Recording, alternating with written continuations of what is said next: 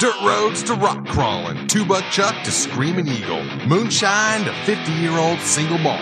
We talk about it all here on Wheelin' Wine and Whiskey with your hosts, Jason and Chris. Welcome to Wheeling Wine and Whiskey, episode 77. Chris is here at the home studio, along with Lorenzo. Why are we in the home studio again? Because this is our home studio. What do you mean? I thought we'd be remote. Well, we should be remote.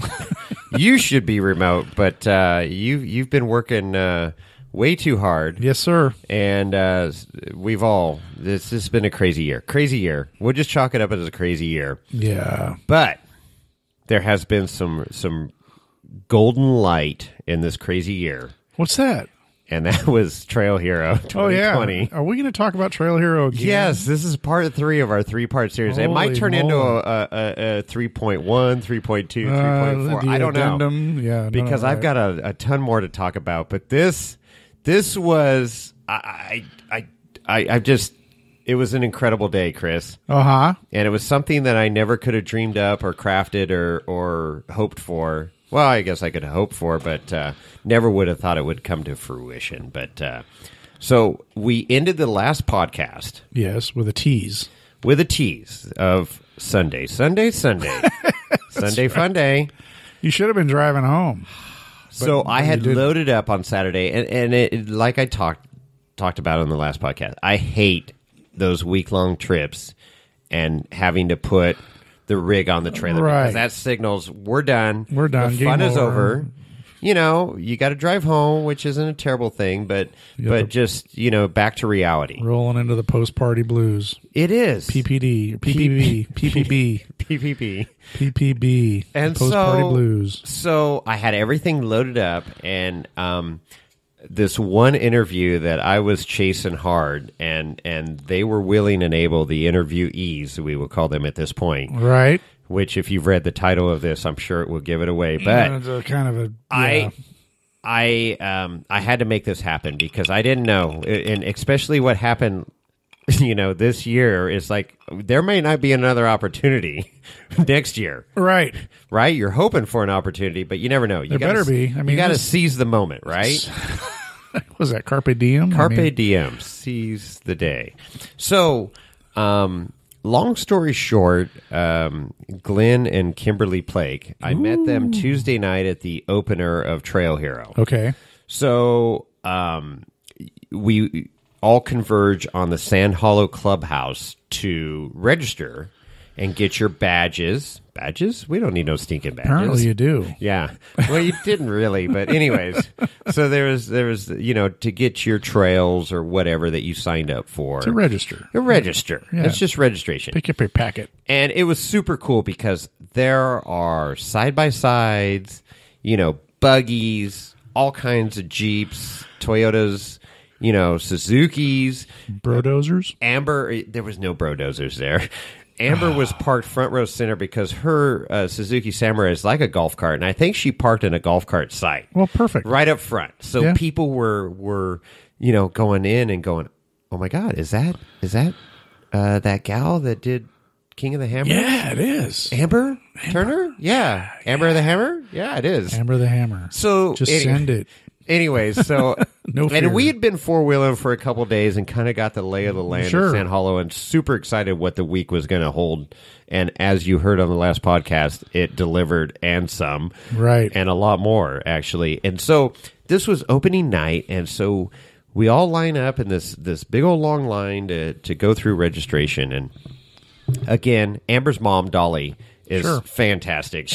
She's like scoping everything out and like, okay, this line's like way too long.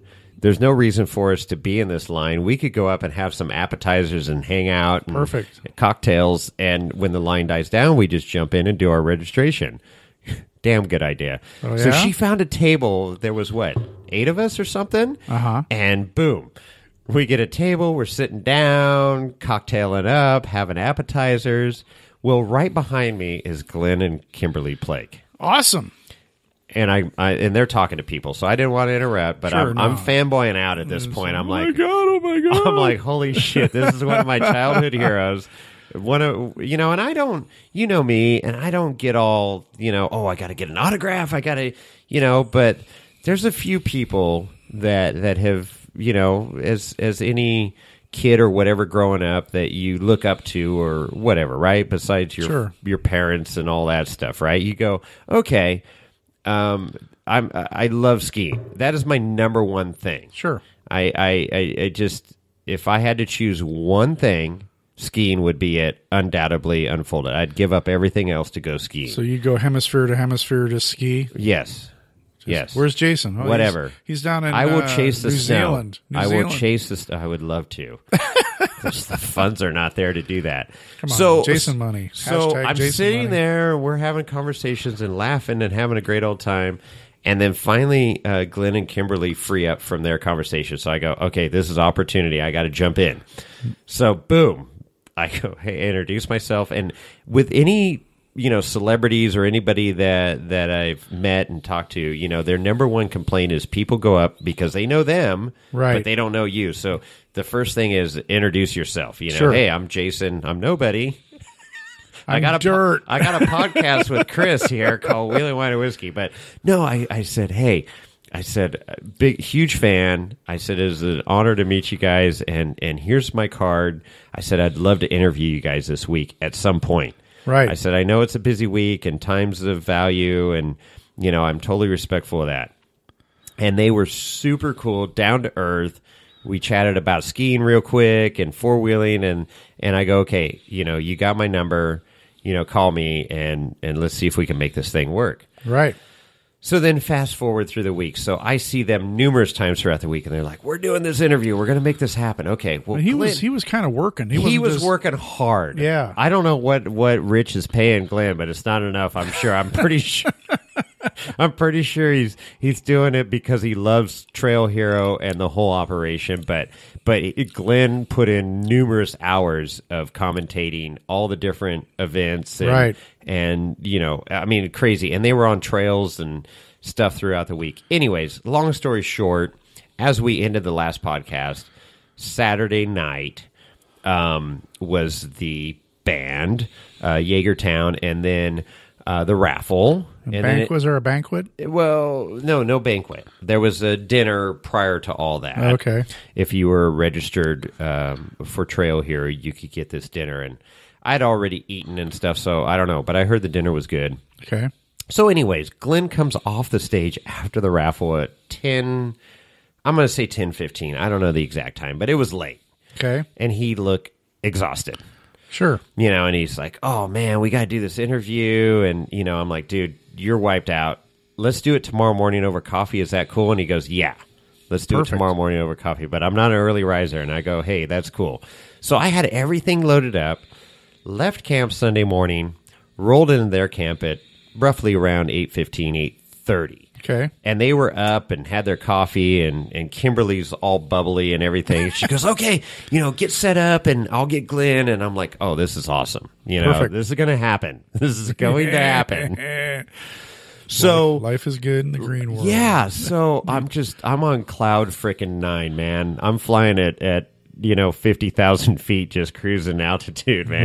Was he in the green room? He was in the green room. Well, they had a green carpet, so it's like the green room. Oh, okay. Next to is what they call Big Red, is Freightliner that is totally set up. It's got a full shop in the back, like, ski tuning shop in the winter, Seriously? bike shop for his, it's badass. Oh, we'll have to talk about that. It is super cool. So I'm checking all this operation out. And anyway, so we got into the interview, which you're going to hear shortly, and I did not have Chris there. I was not there. And you are the technical guy of this podcast. Or Lorenzo. Or Lorenzo. And Lorenzo was still in the camper. He was on his best behavior that week. No, he was. No, he was. You can't smell vodka on his breath. There's no photographic evidence, right, Lorenzo? Right. So he's shaking his head. Yeah. So super producer Lorenzo stayed back. So now I'm setting everything up, and I'm nervous. I don't get nervous very often, but I'm like fanboying out a little bit, right? Sure. And I go, I'm about to interview Glen and Kimberly Plake. Yeah. Two That's big time, dude. It is. It's big time for me. If the listeners don't know who Glen Plake is, you're going to know. Obviously, you're going to have a crash course here shortly. But if you've ever growing up watching the Warren Miller movies, the ski movies, I remember every year it was the rant because I used to ski a lot also. Yeah. And, every year we'd go to De Anza College in Cupertino. Yes. And they'd have the big, big movie and watch the Warren Miller, the new Warren Miller movie, and Glen Plake and all those guys. It was the beginning of the ski season. Exactly. It set the tone. It got you fired up, set the tone for the ski season. Exactly right. And here's a Hall of Fame skier, 3-time World Cup champion. I mean, he pioneered extreme skiing. Exactly. He was launching it, and then he had the mohawk, which was iconic. But Kimberly is she was a badass skier too prior to meeting Glen. Okay. And then they both are level 3, certified ski instructors, which is like the epitome of skiing. The top, yeah. Yeah, it's just like, I don't care. Just point me down some slope with snow, and I will get down to the bottom safely. Well, I get down to the bottom in a heap of broken bones, but yeah. Gravity still works, huh, Chris? So, they're professional skiers, and it's just super cool. And anyways, so I go, look, we got to talk skiing, and then we got to talk four-wheeling. Right. So you were not there. I get everything set up. I'm doing sound check, blah, blah, blah. Everything's good. Got the coffee.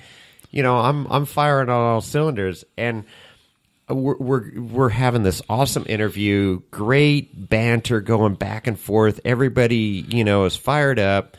And I looked down at the recorder, Chris, and my heart freaking sank. What happened? Well, the record light was flashing, meaning that it was on pause. That's not good. And I'm like, oh my God. I said, this is not happening right now. Biggest interview of ever. The biggest interview, yes. I mean, all of our guests have been great, but for me, the skiing aspect, it was like, oh my God, I'm interviewing one of my idols right now. Right. And their time is extraordinarily I'm valuable. super sensitive of people's time because, time is worth way more than money. You never get it back. You don't get it back. So I'm like, okay. I took a deep breath and I just go, hey, we got to stop. I said, something went wrong. I got a flashing light. I don't think any of that we just recorded the last 20, 30 minutes recorded. Oh, my God. Now, I mean, that sucks. It does suck. And like I say, my heart sank and I'm like, I just lost the skiing segment of this thing. And there was some great banter and stuff going on and great stories from Glen and Kimberly. And this is how cool they are. They go, hey, no worries. Let's just keep rolling, and we'll re-record that section. Awesome. And I kid you not, they damn near did verbatim of what we talked about that didn't get recorded the first time. That's killer. And just goes to show you how cool they are and down to earth and passionate about, whatever they do. Right. Whether it be skiing, water skiing, the four-wheeling aspect, go across the screen. They're super down to earth because they had no reason to agree to re-record. They could have said, hey, sorry, we're done. We're out, because we actually recorded for about 3 hours. Right. And we got about an hour and a half of footage from them that we're gonna play here shortly. But I just, my hat's off to them. I just respect them even more, and even more of a fan of Glen and Kimberly Plake. So I'm sad I didn't get to meet them. I know. So hopefully soon. Yes, so let's go ahead and roll this interview, and then I'm going to talk about our day after the interview. All right, I am here on remote at Trail Hero. It wrapped up yesterday. I am so honored to have these guests here.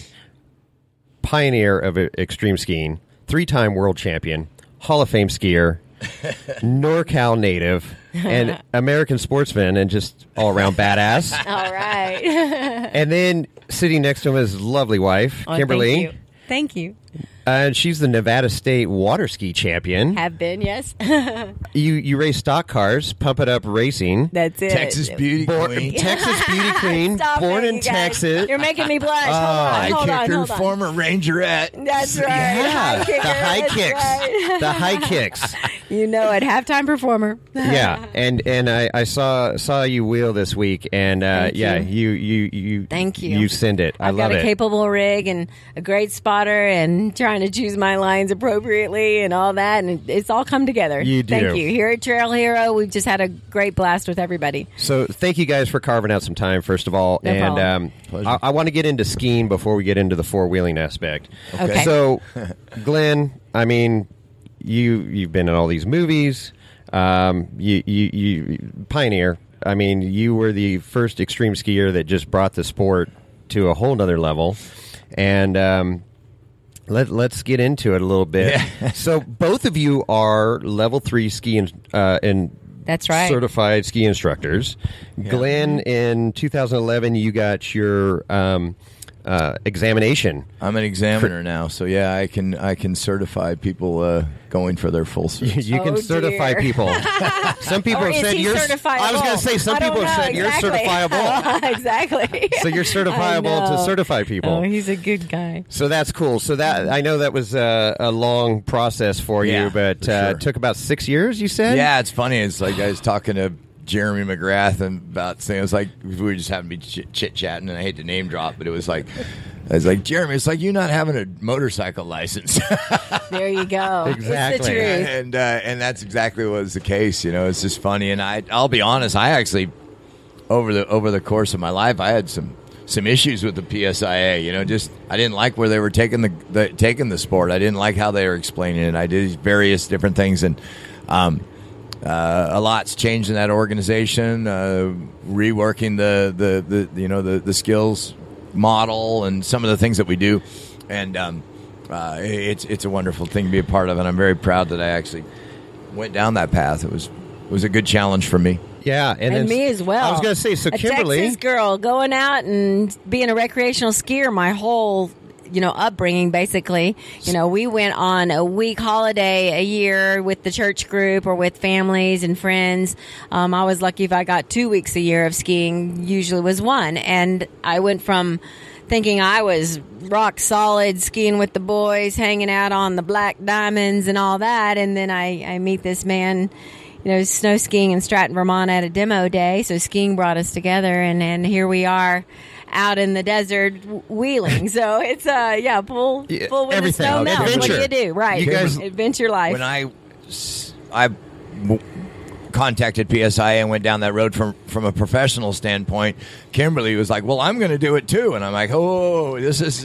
I know. It took me a this really is long not time. an and easy thing, and they certainly don't just give out certain Right, things. right. It's a long process. This is, in fact, you are pursuing a professional certification like any Like professional. career. Right? Mhm. And I wish and I hope that somehow my communication and my being involved in the association makes the public realize that if you are dealing with a certified instructor, you are dealing with a professionally trained instructor. It's just not somebody looking for a part-time job. right? I got 3 no passes.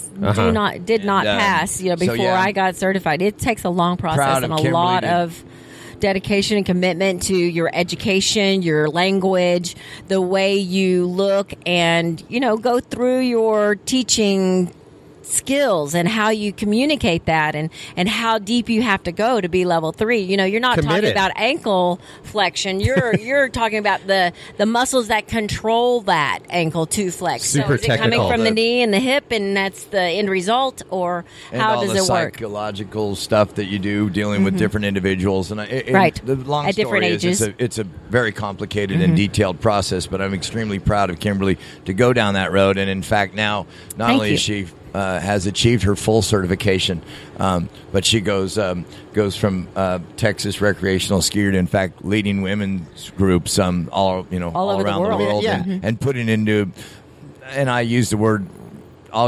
She's putting them into extreme situations, and these are country club ladies that At one time I we're love worried it. about their Bogner suit, and all of a sudden they're calling me up going, Bogner. "Hey, Glenn, I'm thinking about buying this titanium ice axe for that trip that Kimberly's going on. Is that Yeah. going to work good, or do I need a steel tip on that?" That's right. Oh, no, my we're God. getting super technical and learning a lot through Glen too. I don't want to say it, but these are lawyer wives talking, you know? Yeah.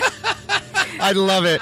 Well, I mean, how inspirational is that, and how cool is that for you to take these women out of their comfort zone, Most and that's how you definitely. learn. I love it as well, and I get to share those moments in time with my peers, my ladies, Right. my girls that we call us our squad, that we go around and we go, whether we're trekking and doing the whole route across the Alps or we're up in the Dolomites, doing some sort of ski touring adventure and spending the night in the huts and giving the full range of experiences and adventure. And that's what I love doing, and I love sharing it, and I love helping people be the best they can be. And maybe through my eyes and through my teaching techniques or my skills, I can help them attain that, and they go away just so thankful and grateful. And that is such a so blessing rewarding for me as well. So Exactly. rewarding. That's cool. My personal career has been extremely rewarding, complex, diverse, long, Complicated.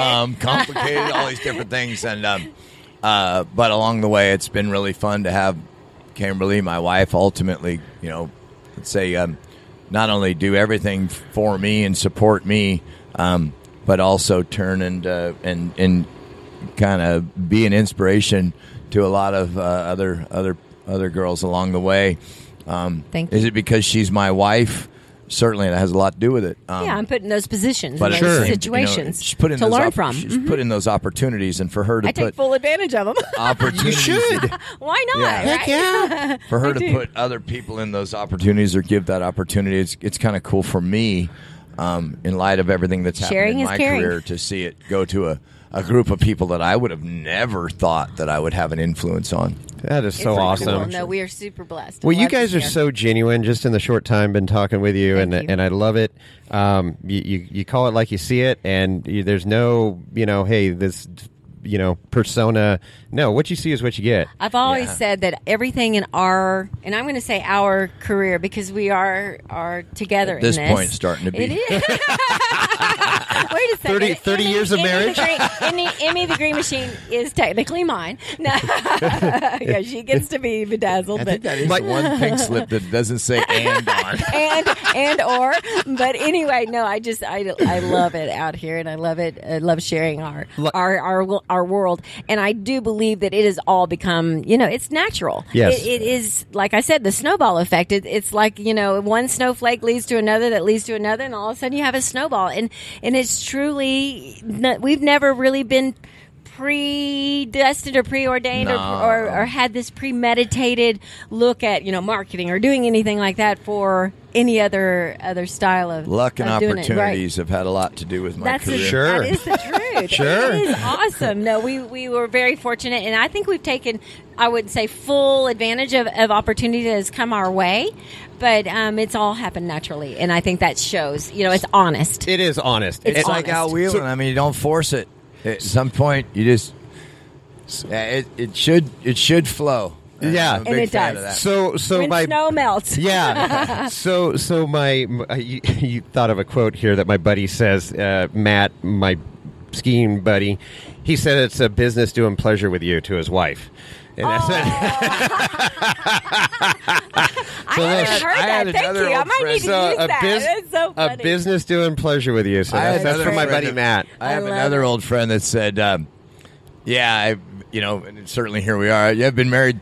I've been happily married for over a year now, and we just celebrated our 30th." There you go. There you go. That is so cool.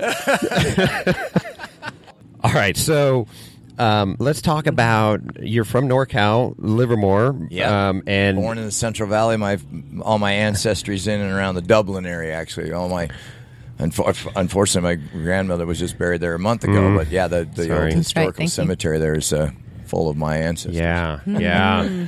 So Heavenly was South Lake Tahoe was your playground Grew that up whole in area. South Shore. Was a Blue Angel. Had a ski. Had a past there. My mom, my parents got me into skiing, and they divorced. But my mom continued to, support me by providing me the skiing stuff. My dad was a fireman and a ski instructor, so obviously he was around doing the ski things. One thing led to another, and what was probably just an activity that was going to be kind of cool for your young son to get into ultimately became what I wanted to do. I realized at a pretty young age that I was going to be a skier. What kind of skier was yet to be determined. I grew up around the hot doggers. South Lake Tahoe was a pretty fast and furious town, and a lot of the world's best skiers were basing themselves there. And I was a little kid stumbling around as the hot dog era of the 70s was taking place. It left a massive influence on me, and unfortunately, right when I got to the age that I thought I was going to be a professional hot dogger, the liability issues came into the sport, and instead of winning the keys to a brand new Chevrolet, which was done on a weekly basis back then. I know. The good old days. I know one individual won 3 Chevys. In Oh my gosh! Three consecutive weekends. That's awesome. Didn't know where he put And the in keys fact, either. lost one because he was Exactly. so high, he didn't even know where he left it. Oh, my But that's goodness. another I issue. know. Wow. Exactly. Wow. The late 70s. Lost right? it in the celebration of winning the 3rd Chevy. That's right. Anyways, there wasn't anything. In fact, ski jumping on your skis wasn't even allowed. The ski pass was being pulled right and left virtually daily for doing everything we saw. early 80s. Sure. It was like, oh my gosh, what the heck? So, like I say, what a road that I kind of may have thought when I was a young teen or turning, it evaporated. Which left me kind of stuck. We started competing, and ski racing ended for me because I had no way to train. The one thing about ski racing is if you don't have a race course to train on, well, you can't be a ski racer. Right. So I kind of fell into some mogul skiing.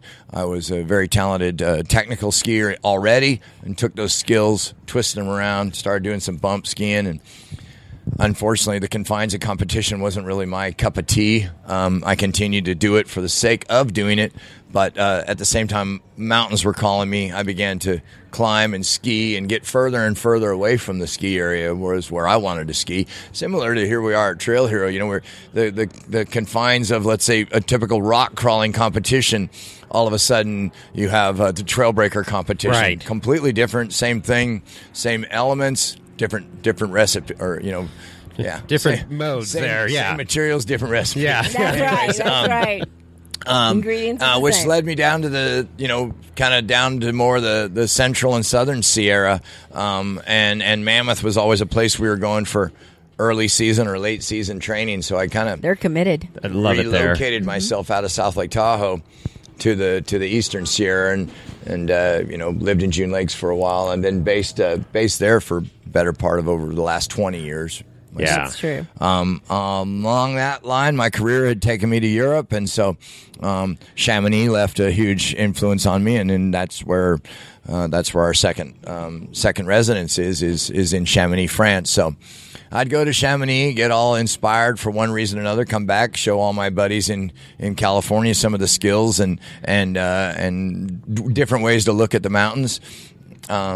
Because We that's just don't have the refuges here. part of their Right. culture, Right. and we do our thing, and so yeah, Mammoth is also one of my major bases and has left a big influence on my career. And anyways, it's a long story. Of course. Sorry. It's great. It's a real one. It's honest. Mammoth is awesome. I love the title of Ski EO. That's a good one. For 10 My- years, My I haven't stepmom came up with that. on Did the she? front Yeah. of the big red, rig, our Freightliner, yep. our We were motorhome, always there's- making jokes, the license like plate ski, we yeah. make a joke occasionally with some of the companies that I represent, and so what's your title? And so we make the joke is I'm an ambassador for your That's it. That's for your all products. the tagline you need.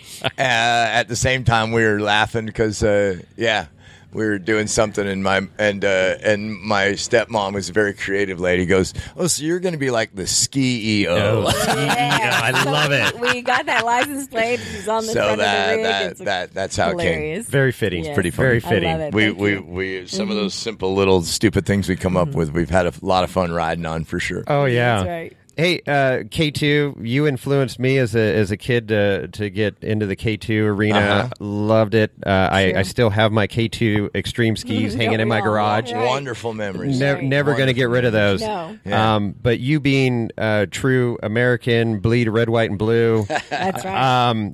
you separated from K2 and went to Elan. Yeah. You want to talk about that a little bit? Yeah, it was. We all are in love of what K2 was.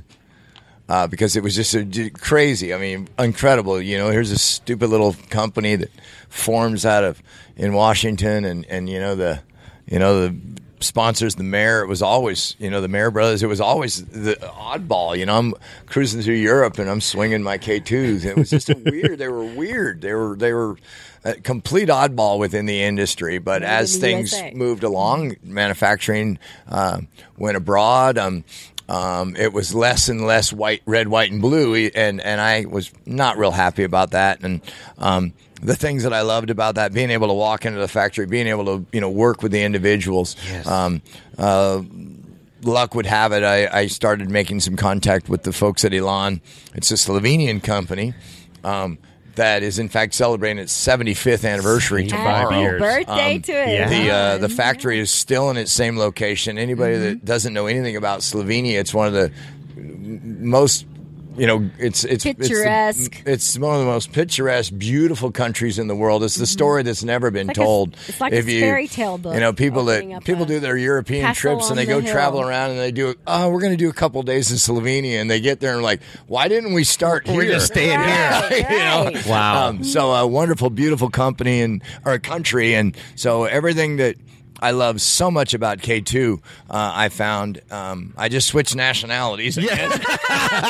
Yeah, but everything's still there. The factory's Tour there. de France this year, right? And then in a long, weird, twisted road, we all have pieces of paper that bind us legally, but the reality is we're all working with friends. And that's right. And and you hate the company, but don't hate the friend. Don't hate the people. Right. They that become build the family. company. They do. You're working with them. And so we hang out, and here we are, some 13 years later that I've been with Elan, and ironically, the man that was in charge of my contract over at K2, who we had to have some tough conversations with, and they were in fact psychologically. It's like a divorce. It was sad. Yeah. It was really It sad. is. A very sad day. He, in fact, is in charge of Elan. USA. He's in charge of Elan now. In charge of Elan USA, and it was funny because the first time he went to the factory and we were hanging out, and we kind of pulled each other off to the side and kind of had a giggle with us, and he was looking back, grabbed me to the side and goes, "I know why you left now."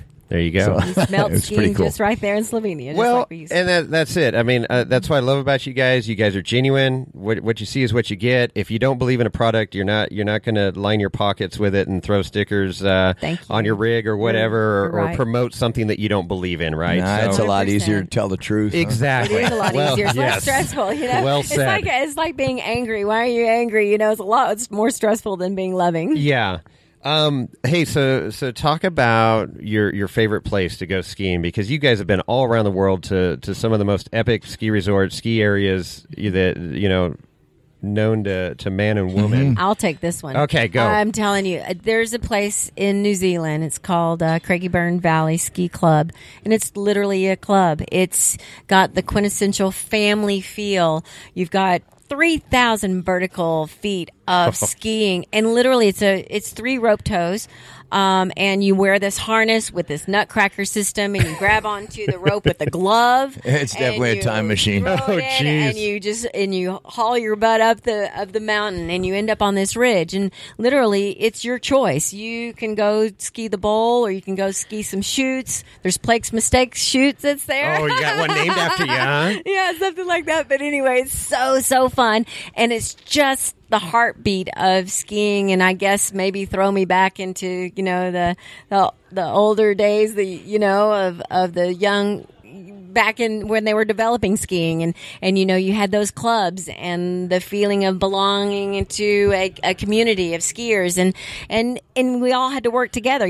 I might be on lunch duty, so I'm bagging How cool is 4 that? loaves of sandwiches in the sandwich bags and bringing them up to the mid hut so that we can throw them on the stove that's heating the lodge, the cute little shack. It's not a lodge, it's a shack, Yeah. and making the grilled cheeses for everyone to enjoy for a lunch break. Sounds wonderful. But No, it is a super great place to be. It's pretty cool. I mean, I make Mammoth my home. I make Chamonix my base in Europe. But I think any of those times we do our down home tours where we travel around the country skiing, kind of ski Any place areas. they're skiing. Versus the ski resort, two totally different places. And I think when you can get to that kind of the simple basics that built the sport, as we say in the world of off-roading and any sort of race, and I'm not going to use the explicative, but be careful because Thank you you. can trick screw yourself. Yeah. There's one thing about, even and we've being all in Mammoth trick-screwed and the ourselves. Sierra Oh, yes, Nevada, it's all, we're still raw. We're still trying to ski when there's snow on the ground and ski, I think until the season ends. maybe skiing has in fact trick screwed itself a little bit, especially with the explosion of backcountry and in light of some of this new world we're living in, Right. certainly in the last couple of months. People, I think, want a simpler experience. I think people want a natural skiing experience. When you That's go to your true. typical ski area, is there anything actually natural about it? Right. The snow may have been manufactured. Yep. Certainly the way you're getting up it is manufactured. The skiing surface is manufactured. If they don't groom a certain run during, after a snowstorm, they're getting complaints. And it's like, whoa, wait a second. What are I know. we doing out What here? is the product of skiing is my question to you, Jason. Very, Get very. rid of those damn moguls. They're like, well, this is what came. There's a bunch of people out skiing today, but it's just moguls develop. You're right. Absolutely right. I just think that we got to be. I don't know. I really think skiing. So, anyways, what Kimberly's saying, kind of hearkening back to some of that pioneering feel. A little bit less prepared is okay. Like backcountry skiing. That's the only way that we can experience it in the Sierras now. With you got to get out of the resort crowds. Get that and then- natural snow Yeah. That's experience. right. Yeah. I just got a snowmobile a few years ago and got out into the backcountry. I'm always out there in the summertime, but never Yeah. had a sled to get out there. And that's just surreal. No, it's amazing. Absolutely surreal. And I got this year with who and I want to talk about that. What do you think this year is going to be like? COVID 2021 ski season. I don't know. That's going to be a good question We're for sitting all here. of us to Is answer. ski school going to be operated? Yeah. Obviously, the lodge is going to have a completely different deal. The cafeteria. Hard I If use we that have term. one, Yeah. right? What's obviously you're not going to go in and stand in line Be for your 6 dang foot distance, $20 I'm burger. sure. Right. Yeah. So all that's going to change. At the moment, I think the chairlifts are going to be fine, but the gondolas are going to be weird. Right. I don't know, and hopefully it washes here soon Yeah, enough. let's hope and we so. can, Right. we can make a vaccine or whatever they Hopefully need this to is do not to- a long-term situation. I hope we got enough regulations in our life to add another. In the words of old Dave McCoy, he just we used to. I interviewed him years ago, a great friend, but it was like, look, we just provided a place for people to come up and have an experience, and if they wanted to, kick a little snow in their own face, well, Yeah. that's great, because there's nothing worse than driving down the highway and having a cop following you.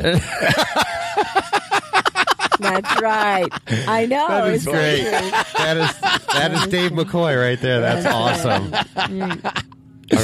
That is, yeah. God absolutely. bless our law enforcement. Well, there you go. Yes, exactly. Yeah. Exactly. Well, and They're there for a reason. Nobody knows. We're getting reports that it's going to be limited reservation system Yeah, to even it's- go on the Maybe. mountain. And then Maybe. a 4-pack chair is going to have one person on each side. We're already bundled up and everything. Yeah. That's most true. people, 90% of the people are wearing Neck helmets now, gaiters. gaiters, all that stuff Yeah. already. It's Right. like we've been. Unfortunately, it's fallen into a trap. I know Mono County, there in Mammoth, because of some of the restrictions, County by county. because it was based on population. Because not many people live there, but a lot of people come there, Right. And all of a sudden they fall into this designation, and like, Sure. wait a second, that doesn't have anything to do with this. Well, it's unfortunately we get wrapped up in stuff. So we shall I'm see. not I'm Yeah. not an activist in any way. I refuse to get too opinionated on certain things. But, Political good. gestures. but I do. I actually go to rallies. I love going to rallies. I go to every rally I get a chance to, regardless of the cause, because I just hold up a sign that just says, "Yeah, totally."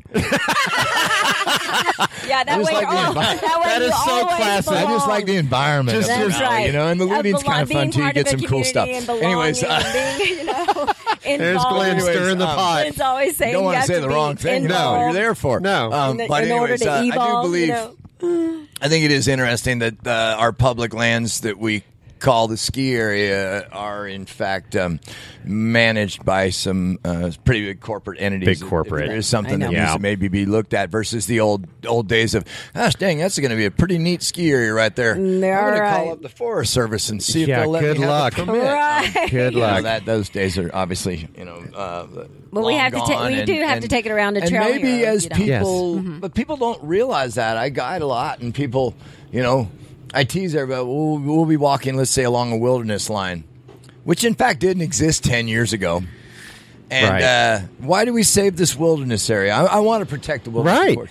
Oh, it's for the next generation. So I was guiding last year, and they had their children with us. I was like, okay, you kids, you walk over there, and us adults are going to walk here. Of course, we're walking shoulder to shoulder each other, but they were actually in the wilderness line, and I was in national Oh, how forest. funny. I know. How funny. I know. It's so close. It's like, we're saving that for you guys. You're the next generation. That's You guys right. walk over there. Enjoy Don't come it. over here. Gosh dang adults, stay out of there. That's not yours to play with. Anyways, no, our interpretation of what we do with public lands, I think that's why I like Trail Heroes so much here. They're in an entrepreneurial infancy Infancy. stage down here of people enjoying the outdoors, multiple use of the outdoors.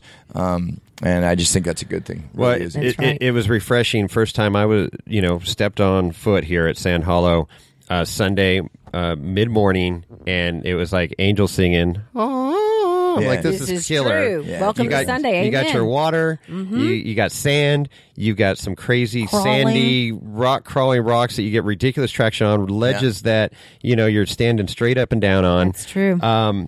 Something for everybody, and then to go to the out there and experience all this and being with what I call our people that are very like-minded. True. Out there to have a great time, enjoy the environment. And I don't care if you're hiking it, or out there to take pictures, or we're wheeling on it. You're riding a mountain bike. I mean, there's several different ways to enjoy the outdoors, and this place has it all. And it's nice to see Utah, me coming from California, that's highly regulated, to be, hey, we More welcome you free, guys. Everybody more go out and open. enjoy Everybody it. go have some fun. Have some It's fun true. outdoors. Yeah, Right. And absolutely. we had so many different arenas to do that in. I mean, whether it was going out on the ladies' run up Risky Biz, Yeah. and getting that, all sorted out with 32 of us and just crawling along. the It outdoors. was so much fun. And knowing that you have the support and you have, the coaches and the guides that Right. are leading us up these great challenging little, problems and seeing the successes of them all and knowing that we do have Woody and all the gang around here. If Right. they needed a rescue, some people did, Oh, and yeah. that's okay. And just to having that support group and knowing that we are all here together. The outdoors All these is a different very ones. broad term. Yes, Yes, it is. Yes, it is. Yes, it is. Yes, it is. All right, so I got to interject here, Chris. This is where I had the screw up that we had to seam this thing together. Okay. So we talked about skiing first, and then four wheeling. And Glenn was just starting to talk about. I asked him the question of how did the mohawk come about. Right. Was somebody tell you to do it, or did it just naturally happen? And it kind of naturally happened. It was like, he had to kind of separate himself out from the crowd there. And you'll hear about this story, and Right, then Kimberly right. talks about how they perfected the mohawk, the recipe. The recipe, the right. recipe Yeah, is yeah. there. So, coming up here, it just is. It's a great story, and all the different colors that his mohawk has been Sure. painted and everything. So I had to end the skiing segment with his mohawk, and then that's where we picked it back up. So my bad. This is real life. This That's is right. We are not professionals podcasters. We're working on it. We're 77 episodes in. We've learned a lot. But you know what? Just like anything else, and I know some people that are, that I look up to that are badass in their profession, that you are like, these people know everything. No. They don't know everything. They learn something every day. And if you're not learning something every day, you're not doing it right. So we're Stuff still happens. learning. Stuff happens, man. It does. So we're learning, and this was a product of that. Huge learning experience for me. So I apologize, but this is real world podcasting and wheeling wine and whiskey. Exactly. And there it is. So, Well, I hope you're but enjoying it. he starts going into the mohawk right now. The mohawk. So let's continue. Yes. One year at regionals, I ended up just kind of not necessarily showing up the way they wanted me to, and so I skied a regional comp just in the leather jacket that I would be wearing normally every day, anyways. And I always had my mohawk, but it was always being combed over, down, or putting a hat on, so the judges wouldn't think I was a derelict or something. Right. And, which I was, in fact, but anyways, Truth be known. hawk goes up, just punk rocking around, scaring the neighbors, and one thing led to another, and then I had an opportunity to do a spring film segment for a friend of mine that was making a ski movie, and hot spring day skiing moguls. It was Hawk mandatory time. that I had the mohawk up, and so I don't know, kind of started. It was never meant to be a publicity stunt. It was just what we were, and kind of still what I am. I mean, now here I am. I'm not going to lie. I'm in my 50s, and it's pretty funny to Hey. put a hawk up, be walking around with a mohawk at Yeah. 50 something years old. I'm like, I don't know, should I really be putting this up? But I everybody really enjoys it, and it does fly occasionally. Once in a while. It's like carrying his skis on his shoulder, It's kind of like when the mohawk flies, you see the man that, you kind of think, oh, that's a skier Right. guy. And it's just the same Well, thing. it's iconic. It's iconic. Yeah, it's been pretty fun over the years. Hundreds of them, thousands of them, And probably. lots of colors, the color of the rainbow. I mean, my favorite was probably when they airbrushed the American flag on your... Yeah, that was awesome. That was so rad. There's someone the other day I saw on TV, they had the world's tallest mohawk, and I'm like, well, I should call him and tell him I've had the mohawk the longest. Yeah, no And the kidding. most times up, probably. And the most times up. No Yeah, kidding. Exactly. Most days. And the recipe is 3 sachets of Knox gelatin, which is like the granular crystals that you buy in the little box. Okay. And there's no color, no sugar, and no flavor added. So it's a pure gelatin. And you just put that, a couple sachets of that into a spray bottle like you'd spray your plants with, or just Right. a little spray bottle with about a cup of hot water. And let it dissolve and mix up, and then lay the hair on a table, comb it out to the mohawk, spray it on from the roots, so you get the roots pretty good, and then spray it out to the ends and blow dry it till it's dry. Flip my it like a gosh. pancake to the other side, and spray the same thing. Stand it up after it's dry. Spray a little bit of spritzer hairspray on it, and you're done. All biodegradable. All Yeah. like It eco. only we're takes green. about 15 I was minutes. going to say, Literally how long does this 15, take? 20 minutes. 15, 20 No, From really? from dry hair. We put up right now. Yeah, I mean, right now, seriously. 15 minutes. We're done. Yes. We've showed up to interviews and stuff like, oh no, this is live TV for whatever. We're like, You've oh, got to have your shit. mohawk. Okay. Okay, hang on, give me 5 minutes. I'll be right Okay, back. exactly. Run into Truly. the bathroom, laying it down on the bathroom floor. Yes, we have done that. No, Yes. it's been a pretty funny. There's a whole bunch of stories on where it put it Yeah. on the, On put the it back up of on a the back car of a trailer. car trailer for Oh, the Baja Jesus. 1000. Baja 1000, Fired up the exactly. generator. Totally. That's No, one it's of been some funny. We the definitely- most memorable You moments. make a coffee table book of all the dumb friggin' ways and could. places we We put the could. mohawk Maybe we up. should. And the picture to prove it. But That's right. So you have like a duffel bag of everything ready to go, the I hair have dryer a and everything? Ziploc. Oh, Yeah, I okay. carry a Ziploc full of the little spray It's bottle, pretty a funny. little couple packages of Pretty Jello, funny to see and all the pictures of people's kids and stuff, because Halloween. you tell them the recipe, and all of a sudden we'll get a picture somewhere along the way, like, hey, Or in the check it out, we got bathtub. the That's mohawk. cool. It's like their little baby, their little then, infants yeah. got the Yeah, little mohawk in the bathtub, and they It's send been us a pretty little funny. cute little picture. Oh my God, that is It's the best. epic. That is It's so the good. best. It's very cute. No, It's a it's conversational funny watching it piece all for up. sure. And the only reason how we figured, we were scaring the neighbors, like I say, trying to go to a punk rock show years ago and destroying a friend of mine's mother's bathroom, and she was really pissed off. She was a bit of an alcoholic, but really nice lady, and she came in all pissed off. What are you doing? we're like trying to put our mohawks up and using who knows what. Egg whites, wood glue, runs whatever off it was. And comes back with this concoction and says, "Here, spray this in your damn hair and get the hell out of my house." And Gelatin. Come to find out, she had mixed up this concoction, and she used to have a beehive in the 80s. In the so there you go. Big old, beehive, and I guess that's what they used to use. That for was the hairspray secret. That was back the then, secret. Oh my gosh! That's what I used to put. So the hot since up. then, And hot water dissolves it. You've got And then to it- get the hot water to mix it up, and then you got the Pretty hot water funny. to dissolve. I love it. Anyways, it was never meant, like I say, to be a stunt or something. But I guess, ploy or anything. and I'm pretty No. proud over the years. And I can look at athletes now, in various sports, that are allowed to be themselves and be the people who they are. Yeah. And I'm proud to feel that I had an influence on that. There's no doubt about it. For sure. The cookie cutter, like I say, perfect Ken doll type. Yep. That stigma has been broken. For and, sure. And I think I've been part of that to break that. I mean, here we are watching athletes and individuals that are extraordinary. They do not fit into the mold that society wants them to be in, and it's nice that we can be free to be who we are. And still be public face and competing in the public arena. For better or for worse. No, No, it's good. for well the said. better. It's Well genuine. said. It's Mhm. genuine, right? That's It's right. like who you are. I mean, No, this it's is me. absolutely. Like it or We leave have it. never, one thing that I have to say about Glenn and I, we've never really forced ourselves. It's always like natural, like a snowball effect. Every little roll of the snowball just gradually makes life continue, and it just grows, and it happens naturally. We are not like gathering the snow up to make the snowball. It literally is just rolling down the hill, and it just naturally we're here. Yeah. I mean, who would have ever thought that I'd go from a TJ to a buggy? Okay, so that's a perfect segue. Yeah. So let's talk about four-wheeling and how you got involved, because it's fairly recently, within the last 5 years or so.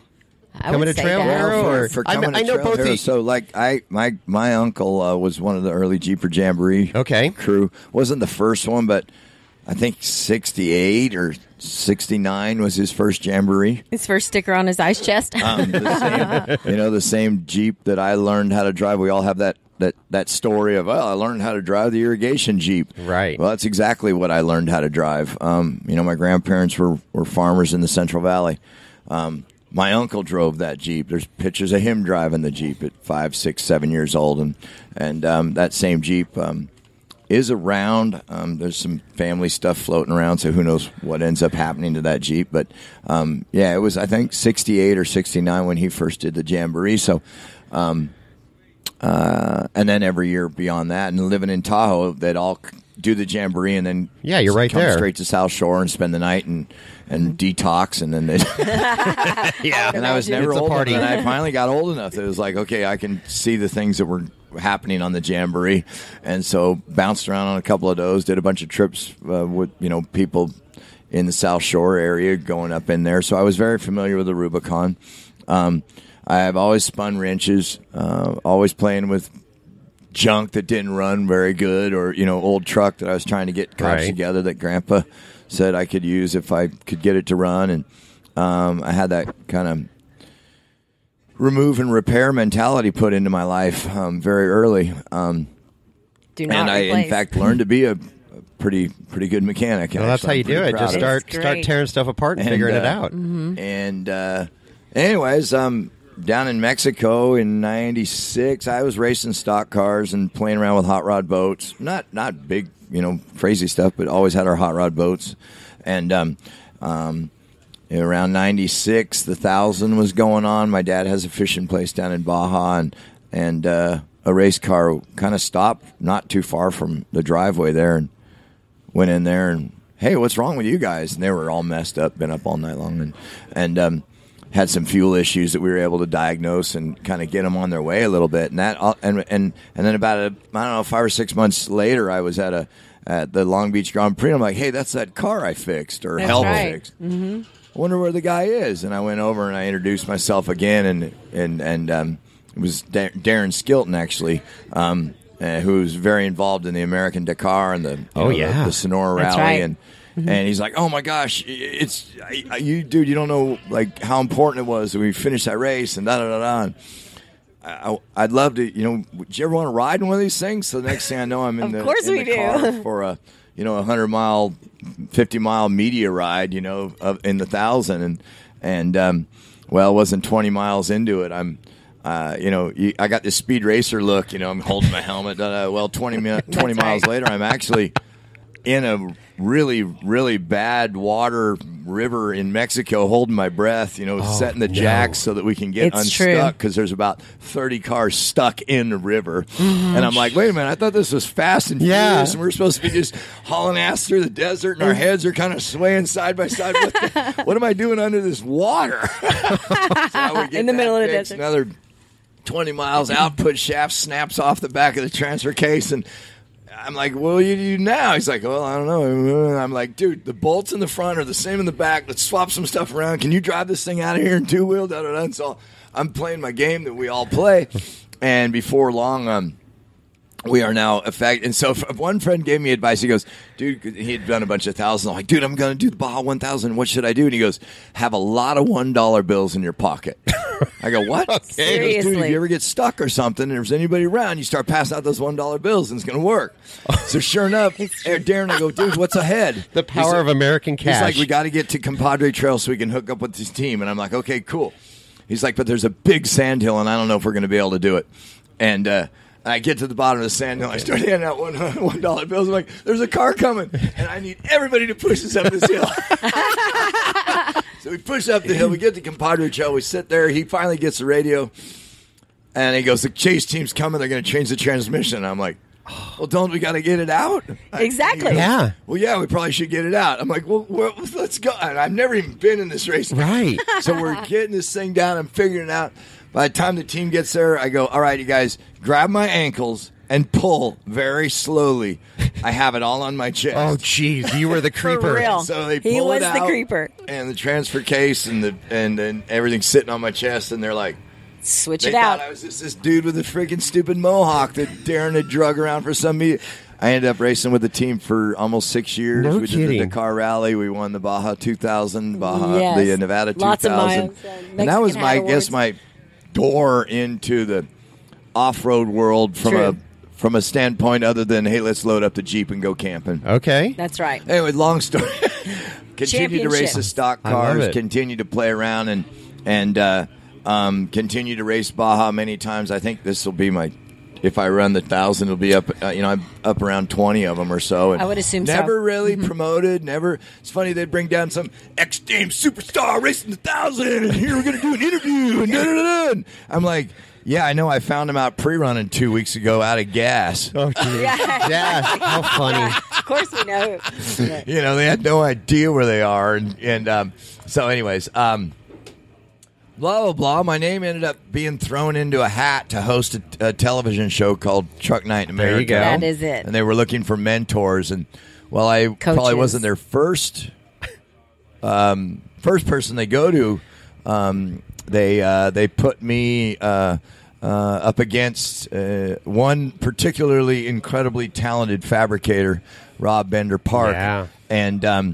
And we were asked what we would do to a TJ if we had $10,000. We made a couple of off-comment jokes about what I'd do with it, but ultimately I kind of went through my list. They looked at Bender and went, and he said, Glen knows his stuff. I'd probably do the same thing. There you go. That's it. So their validation And so I kind of had the blessing of somebody who really knew what he was doing, and went on to be one of the mentors on Truck Night in America, which ultimately led me to meeting Rich Klein, which ultimately led me Brought being us to invited Trail Hero. to Trail Hero, and this is something I think we need to talk a lot about. Is Trail Hero is so at that time, our Jeep was Kimberly's TJ. The tennis club. The tennis That's club. You it. call it the tennis club. She was a mall Was it crawler. blinged out? No, it would have looked really good. It was a classic, Just beautiful dreams. Sahara. Oh, okay. Perfect. Yes, forest green with the beige top, the whole You know, Sahara collection. But it's 2-inch inside. puck lift. Yes. Shiny wheels. Beautiful. Just a beautiful rig sitting in front of the tennis club. That's it. did perfect going down the road, but you had 4-wheel drive. You went out and did a Absolutely. I little went fun. and did the West Rim on yeah. our first Trail Hero All over the 3 place. years ago. You know? Okay. And I think that's the neat thing too, is that she shows up to Trail Hero in literally a tennis club TJ. That's right. And got to wheel every day. Got to be we see these So little much creepy fun. crawlies, and we see all the big fancy things. But the reality is, you can get it done with a lot less and enjoy the outdoors, enjoy the environment, enjoy where we are, and don't be intimidated by these gigantic things that are driving by. Well, you're absolutely right, and that most of the trails, even if it's rated like West Rim's a classic example, I think that's like a 6 or a 7 or something. But I don't even know. But there's buggy lines. I mean, you could Absolutely. offshoot, so you could have everything. We had a side by side in our group that was pretty stock. We had set up Jeeps. And I say set up, with 35s, 37s, whatever, lockers and everything. And then, we had buggies. And everybody could have fun on that trail. You could bite off as much as you wanted to chew. And This it's like, is true. okay, I'm going to go take You this can go buggy line around over it. here. I'm going to meet you guys over here, If you hear a crash, come get me. So, That's right. Yeah. I just think it's cool to see like I say, you're in a pretty much a stock Jeep, and literally right next to you or 10, 15 feet away from Right, you, you're looking at a watching. buggy going, Going up that wall. right. And you're over here like, Wow. you're going over something, your wheels up in the air and all that. And Right. It's not really something you can't step up onto. Right. So, of course, that year, Glenn was looking for maybe a little upgrade or trying to buy an old. Yes, exactly. I was looking for. What were you looking for? I was looking for an old F toy. just Oh, something okay, yeah. Those are cool. True F toy. Right. Can't hurt it. I didn't want to have anything with any A-pillars or doors for sure. Right, right. Exactly. So the last day of that particular trail here 3 years ago, we were kind of hitchhiking into passenger seats, to go Yeah. somewhere special where my TJ Wouldn't go. wouldn't go. So I hitchhiked into Emmy. She was not named then, but now I've named her. And I told him if he ever wanted to sell that buggy, please give me the first right of refusal. And he said, it'll be a couple years down the road. And I'm like, well, that's fine. I'll give me time to kind of put a little savings account around and This is put a it really together. fresh build too. So Yeah, Really? he was. Yeah, very much so. And so 6 weeks later, I get a phone call, and he says I came across a deal, and he wanted to buy a couple side by sides so he could put his family in, and that whole thing. And I said, well, give me a week, let me see what I can do. I sold the TJ. Are you serious? And I sold. Here we go. Sold the double stacker trailer that was just sitting in the yard, and put those two amounts together, and was able to purchase Emmy. And Glenn was nice enough to I don't know what pixie get her dust tagged. Cook has, but And I so thought she's got her name in silver leaf spun, drag boat style Yeah, it was- pinstriping. it was pretty funny. We had to name her. we Short for Emerald. the cooks out of Utah that we got her from. Real great. A couple of got Jerry and Coco, father and his son. It was his there. seventh build, You so know I him out- trusted Oh, his yeah. build, and then he had been a 20-year He's been a guide for a up long in time. Moab It was for just years, and so he tried knew what and he's doing. true kind of combination with the 14 and the 60 and the LS and It's on a a tube. It was nothing, great something rig. I never ever dreamed. Like I said, I was going down F toy world. Yeah. Exactly. Not to beat on any F toy. No. No, that's God, true. they're It's amazing. great. But to have something like Kimberly has now was not necessarily. It was pretty funny though. It's like, okay, cool. So we'll go ahead and we're going to wire you the money, but here's the catch, dude. I'm leaving for Europe in the morning. Can you store it for some? 3 months, exactly. Literally, he needed the money, so Yeah. I was like, "Well, I want to It was- purchase it her." was So cool. And it's neat when you buy something from somebody and continue to have a relationship with them, and because we see the cooks out here. he delivered me some touch-up paint He's this like, weekend. So I've got my touch-up paint for the car, and here it is. the COVID cleanup. He found some cute little cans of our touch-up paint. So he it was brought green over. originally. Yeah. Okay. Yes. All right. It's Cool. always Yes. been a good looker. Yeah, that's right. It's unique. And Thank we, you. We put so me being kind of an old. Always loved the old drag racing, and when I was a kid, we used to go Hot to sand rods. drags. We used to have sand drags up in South Lake Tahoe, Uh-huh. up there on the hill, and I always used to just love all the sand. There used to be, the one that I particularly was this old Jeep called the Rice Farmer, and I don't know whoever owned the Rice Farmer. Maybe somebody listening to this will know who owned the Rice Farmer, but it was, blown alcohol sand Jeep, and when we were kids, we were like, whoa, wait till the Rice Farmer goes, and then there was a whole bunch of them. Anyways, They always had that, I don't know, I guess it was just a different time, but, stock car lettering was done by hand, and drag boat names were done by hand, and anything fancy had that final touch. Right. And so we have a guy up in Reno, Weber, who's famous for doing handwork, and I took the rear panel in and said, do something special for Kimberly. And so as sacrilegious as it is, and the beat and babied guys. I know. I say mine is beat and baby. It is. Not.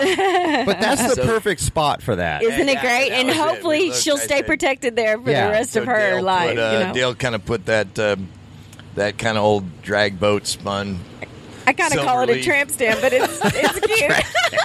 It's that silver She's been leaf. tagged. It's pretty funny. And then She's been we're always, tagged. I don't know what it is about naming the things that we have, but we all name kinda- everything. This is Big all Red, kinda our have them. motorhome. Okay, It's Big Red. and that's Emmy, the green machine, because she's short Funny how for these- Emerald. How Yeah. these machines become part of the family. I guess it's because they dominate so much time. That's true. Yeah, no Right. kidding. Why not? They Right. are part of the family. There you go.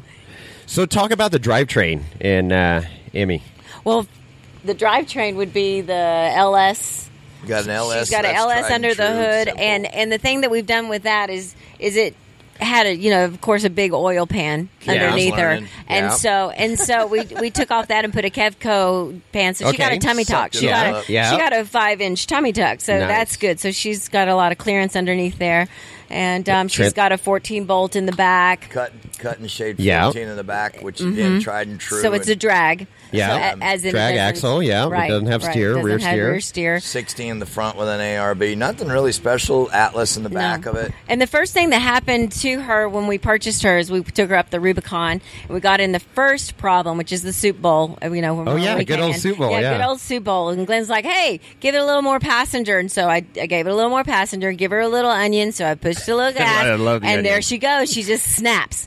So She was we had learning how our- to drive on hydro. Yeah. We're like, just lean on that Like, hydro. just lean on and- that hydro and snap. And so the steering arm was aluminum at that Okay. time. So we were able to fix it on the trail and just swap it around. Okay. Flipped it And around. we It was flipped it one of those around. uni- Oh, that Yeah, had one the of the both long front and ones that back. had the Exactly. We were had able like to flip 8 that arm holes in around it or and- something. But anyway, and so we split that, and so we were able to continue the week of crawling around and playing in the Rubicon, and then we brought her home. One and wheel we had were, a little bit more toe than the other. Yeah, exactly. That's okay Turning at to the 5 miles an right hour. was like- yeah, exactly. Turning to the passenger side was not as capable as going driver. But anyway, so we we're opposite, I think. But anyway, we got her home and into the garage, and I ordered WFO for our steering arm. there you so go. we got the tried and true, and then the reed knuckles. So we Yep, replaced reed both racing of those. knuckles. Yeah, while you're in there So doing we it, might you as might gotta well, go. and we did, and she is just literally the only thing I want to do to her now is put a plexiglass. What is that called? That pure. We're gonna put a the clear side clear on it. sides, Okay. She can clear see sides, better. so I So you can can see see a little easier. better. I put some windows in the floorboards Yeah. that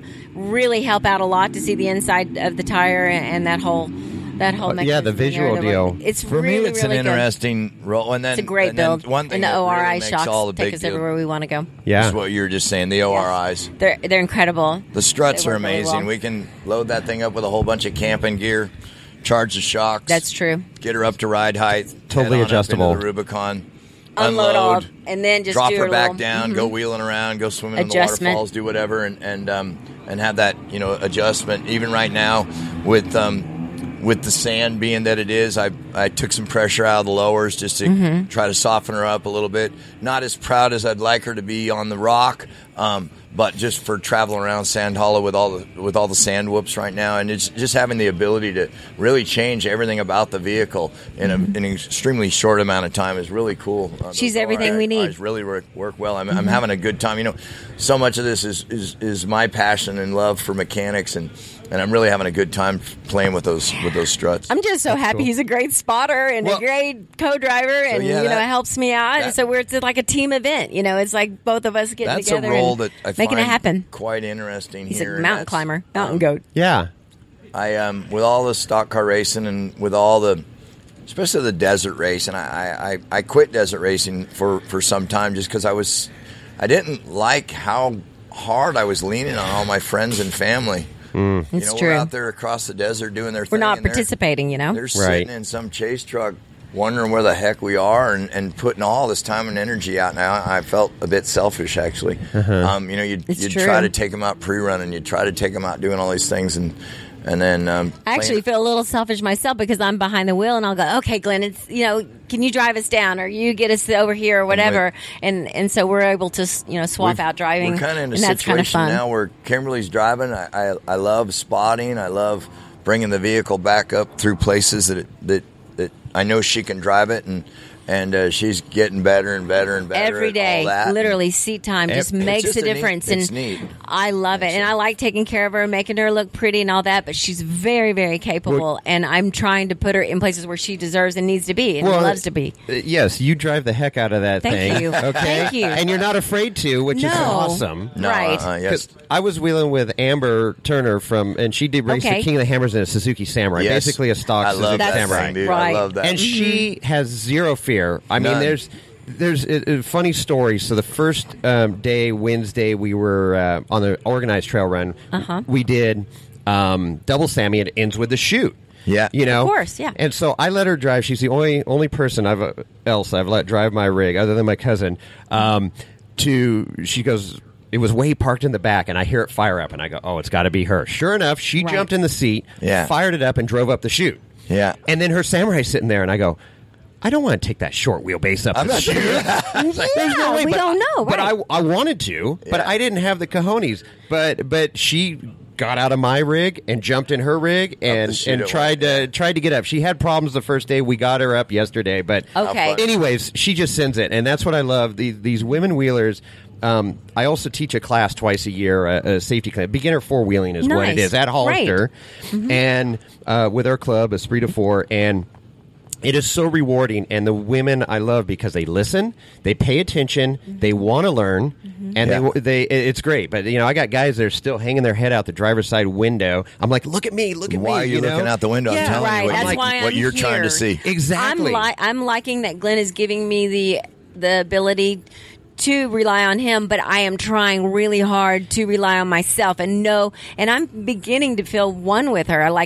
I almost call it like I'm rock climbing. I love to do mountaineering with Glenn and with my girls and everybody that we go out in the mountains with, and I see like her left front driver's side tire is my left hand going up for a move, onto the rock where I see a little bulge. Okay, I need to put my tire where I would put my hand to and that's, crawl I up think, a mountain. what you're getting. And I'm getting really a lot better at finding my placements, putting her on, and seeing a ledge and knowing that I need my rear tire to be up on that ledge as well as my front tire. Absolutely. Or as it's crawling down and around and up and down. So I'm really, really finding myself becoming one with her, as starting to drive, beyond the hood that we all say, and even though you got your spotter, I mean, you do have your own eyes to look and see what's ahead, and she's doing that. What's moving underneath me? If that's the rear tire that's starting to slip off, I'm like, okay, I've got to continue pressing towards that wall so I can continue with that stick. I think it's interesting with the lady drivers,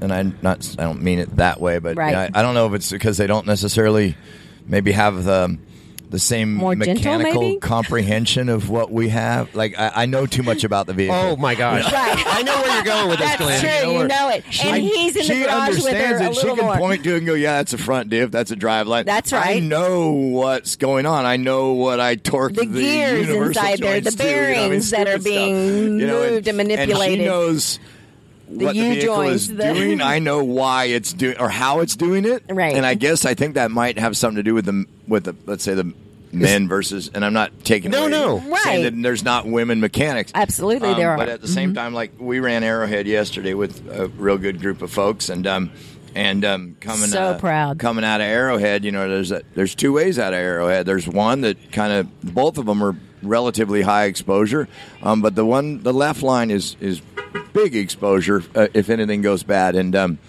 it's just walking up, and even on a trail like that where you got a lot of capable rigs, and all of a sudden someone's going to take that let's say harder line, and now all of a sudden, because everybody comprehends what happens if it goes bad right there. That's true. Maybe I don't know as much as I need to know, but So I agree 100% with you, Glenn, and I mechanically I know what's going on with my rig. You become one with it, like you said, Emmy, and when you hear these noises. And I wish I didn't know. Yeah. That those noises what's going on. could- Is that a U joint? Right. Is that the rear diff? What is that is noise? my hydro going a little bit too much and going? And I wish I was more ignorant out on the trail. I'd be a That's lot more funny. relaxed at times, because just before this trip, I watched videos for the whole month prior to this trip to see what I was getting myself into. And I have a mid-engine buggy, or it's towards the rear, so there's not a lot of weight in the front. Okay. And I get on inclines, I can stand it up pretty easy. And I'm looking at all these ledges out here, and I go, I got to put water in those front tires. Get I that gotta thing put down. Get I got to some put weight up there. Yeah, I got to put 300M axles so I don't snap it's a 14 bolt in the front Right. steer axle. Oh, wow, okay. So it's plenty strong. Sure. So I put RCVs in it. Literally 2 days before this trip, filled up the tires a day before the trip. Okay. Drove around my driveway, and I got this click clunk, and I'm like, oh crap. No. And my Something's not buddy's like, balanced. just put it on the trailer, send it. I haven't heard a noise the rest of the trip, so whatever settled in. But I was Nice. nervous as hell driving out here, Sure. Yeah. unloading it from the trailer, and then going out on the first ledge and going, okay, well, this is it. Let's This is what see. we Yeah. worked for. That's right. But all those mechanical noises is like, What was that? What is that? yeah, what is that? What's going on? I know. I love it, and I don't know why, and I think that you know I think you're you right. got on something there. And the Glenn. girls are patient there. They'll sit there and be patient and be Yeah. patient. They're it doesn't matter how aggressive they are. They really usually won't lean on the throttle until Right. they're Necessary. until it's time. Sometimes I'm a little late on it, but I'm But that's working all right, but it's- I'm working my way up Yeah. to like the gradual. It's better to go slow into the obstacle and have to back down Yeah. and try Like again Glenn with a always little tell more. me, it's a matter of inches. It We're is a just game of literally, millimeters. a game of inches, and I'm seeing that, and I'm starting to learn the throttle with that as well. And It's funny. Kimberly keeps talking about, she's relating it to her hands and her feet on regular It's rock. true. It's funny because yesterday we had the unique opportunity to actually sit in Cody's car and drive the Yeah. Penny around a little Pretty bit. Penny. Oh, And it my was so goodness. funny Changed my world. I looked over my shoulder to adjust my rear steer, and the dang wheel was up above my. I glanced, across my shoulder, and then I had to actually pick my eyes up because the wheel was was up way above up my high. head. I'm like, this thing's like sitting on a piece of plywood. It's like this is in being the in a belly of a recliner. spider. So it's funny. I said, Right. we get in our other cars. Having the ability to get into a competition car, all of a sudden you're not in the car, you're on it. Right. It's amazing. It was really cool. And so her analogy of rock, I didn't even know you thought that way. But okay. I do. No, I see the line and I see the crack, and I'm like, okay, well, that's where I would get, a little bit more traction, or the tire would be eligible to be a little more flat so that it can, get the traction, because it is a game of traction. If you're not yeah. in traction, None. you're gonna. You got to keep the tires on the Right. ground. You got to be on that right line, that right lock, and, Correct. rock, and you got to have some luck. That's right. No, That's for right. me, being and a I'm mountain eligible. guide- I have a front brake and a rear brake. Uh-huh. So I'm able to separate that. I'm able to take her out of gear and Right. do a burn if we need to Yeah. turn, or put a little more, grabbing. There's a lot hold going on. Going up in front, or But now me going being a back. mountain guide and guiding people up climbs, I mean, literally, it's it's just a matter of finding that hold. Where is that hold? And so it's for me, it's looking at lines and sighting and I've had the pleasure of love it. doing a lot of spotting for some of the trail runs that we do out here, and yeah, you're just looking for that, and then somebody's vehicle comes up and Unofficial, and then back official to guide. it's kind of got some history. It's an old factory tubular chassis. Yeah. So, yeah, a lot of people come up and wonder what it is, and so it's kind of funny that we were talking about it during the competition, how many different vehicles are still around, and that was this or that, and some chassis kind of changed everything, and then it got reworked. And you saw Campbell's old moon buggy that had a Exactly. V8 in it, and that was never had a V8 before. No, It never was had a V8 in it. and that guy drove the hell out of that car. In That's fact, right. my friend George was running an old Campbell chassis, one of the old cowboy chassis. Yeah. He took his 4Runner, and it had seen his last days. So, all parts come off, new buggy gets built.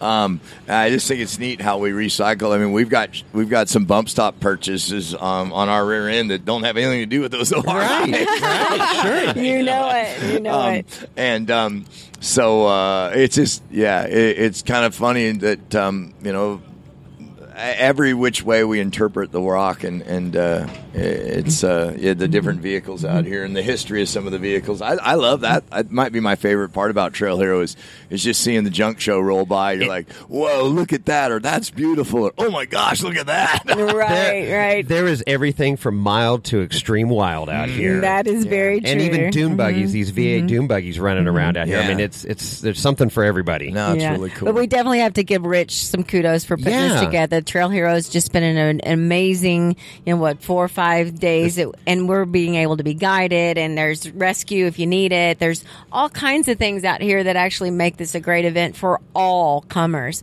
And, he's put together a really, really unique place. And then we've got those special days with the veterans coming out for Fallen, and they have the memorial up at the top, and it's just a special place. There's like this hawk that lives up there, and it's just you feel the spirit and what it's all about, and us all coming together and supporting each other, and of course, Rich designating this to be Trail Hero, as in for our veterans and for our special needs all the people special that are needs out to run. here, There's and special wounded needs warriors, going and on all the different flanks of the heroes that we have in our we country. have a lot of volunteers, a lot of people that make this whole thing happen. But again, when you go back to Rich, so many events, things take place because of, let's say, one individual that goes out of his way and continues to, let's say, keep the momentum going, and then everybody follows him.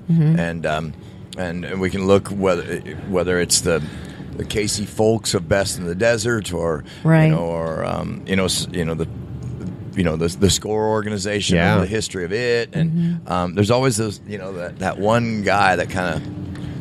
And Rich has a vision and had a vision, and here we are. I've had the are. pleasure of being that guy. I know how hard it is to come up with an event and say, this is what we're going to do. And then that, I think the real reward is when you're not necessarily a part of it, it continues to go on. That's the real test of that. And so many things have ended because that individual was no longer around. Right. And so Trail Hero is definitely Rich. Really, it's his kind of vision. It's coming from his background. It's coming from the things that he does and his interprets, grandpa and his father. and he's and steering everything. Because I mean, gosh, we look at this Trailbreaker.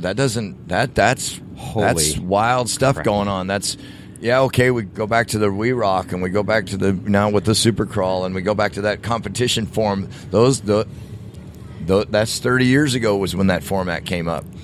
And now Rich is going down this other line, and I know from skiing it happened. We had traditional, World Cup racing, World Cup competition. All of a sudden, the free skiing competitions came out, and and as the sport evolves, and as people's abilities evolve, as the machinery's abilities evolve, what was not possible is possible. So how do we adjust the parameters? Opening the borders, ski touring out, It's not all about competition, but if we are going to have competition, do we have to compete within that those parameters that were set a long time ago?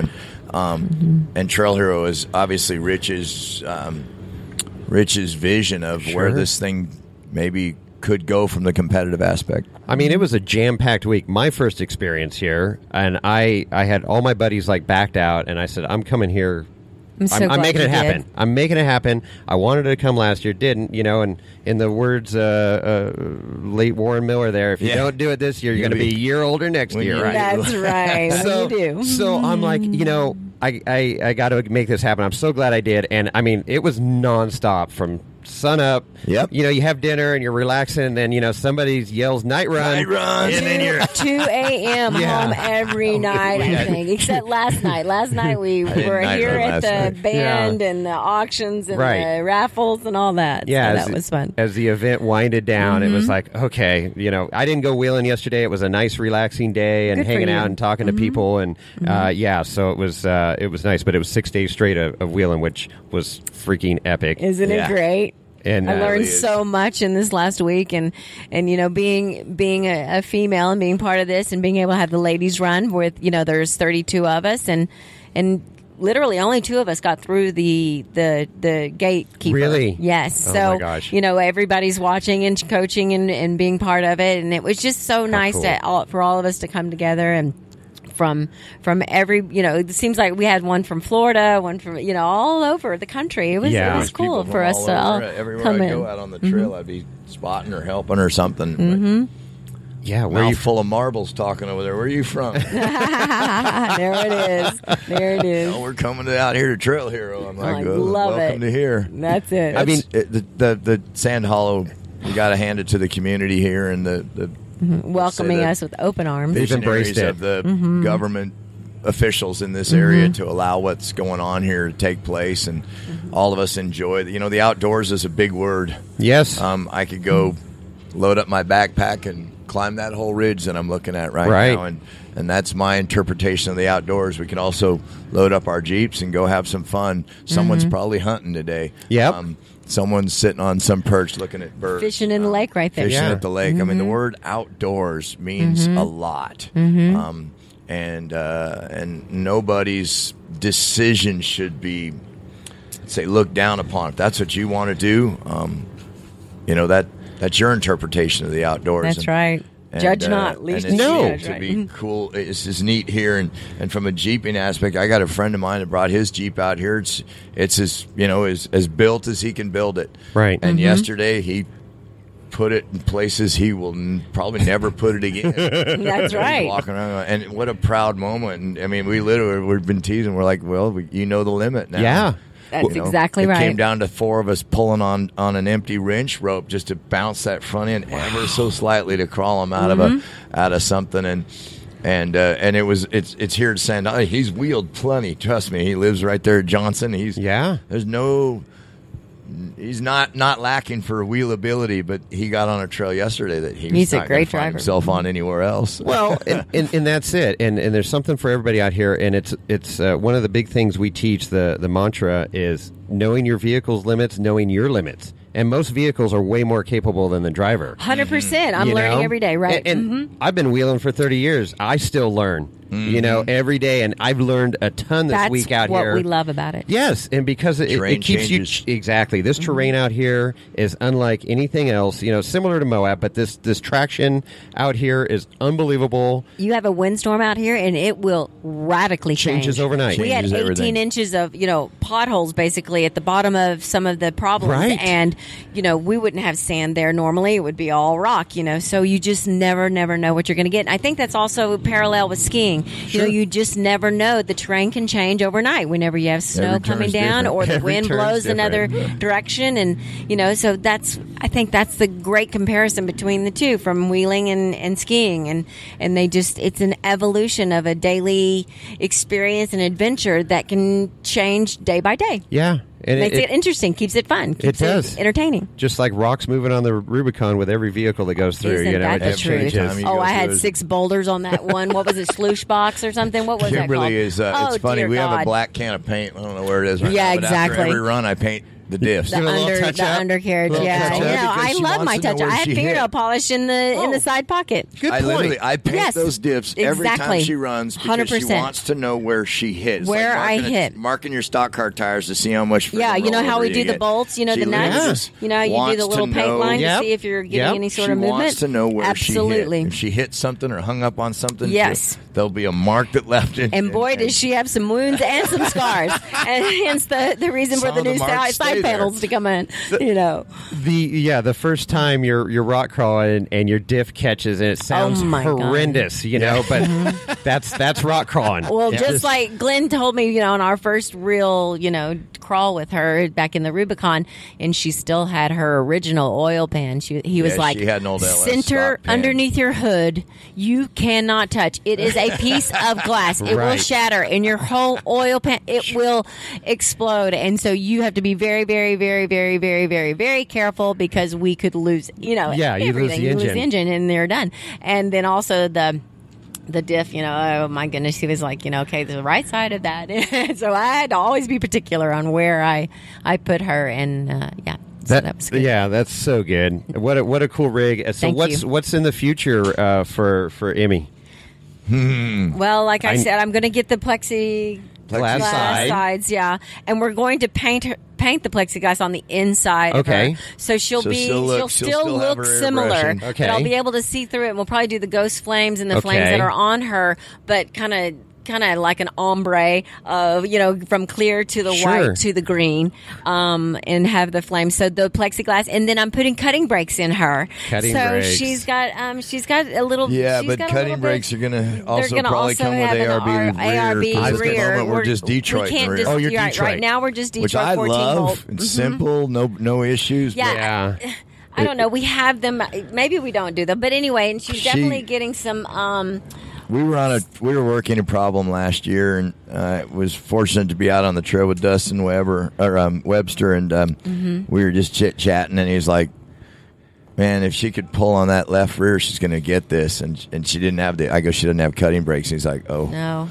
never mind." I do have front and rear separation, Sure. which I love, and it Front works rear, but really, really being well. able to have right, left, front, rear, front, back, side to side. So That's right. you're going all the way cutting brake. I think Yeah. so. I mean, we do have the parts, right? Yeah, just we got have to- everything other than we that have ARB. it. Yeah, everything except for the ARB. So they're still in the got one back up of the front. truck. We got all the parts and pieces. Still we in got the our truck. we got a double pump and we got a double compressor, so we're good to go. We just got to pull that out, and then Right. and then you keep talking about your oil pan. We're going to go ahead and extend put that skid plate out. Yeah, too. extend a skid plate underneath her front.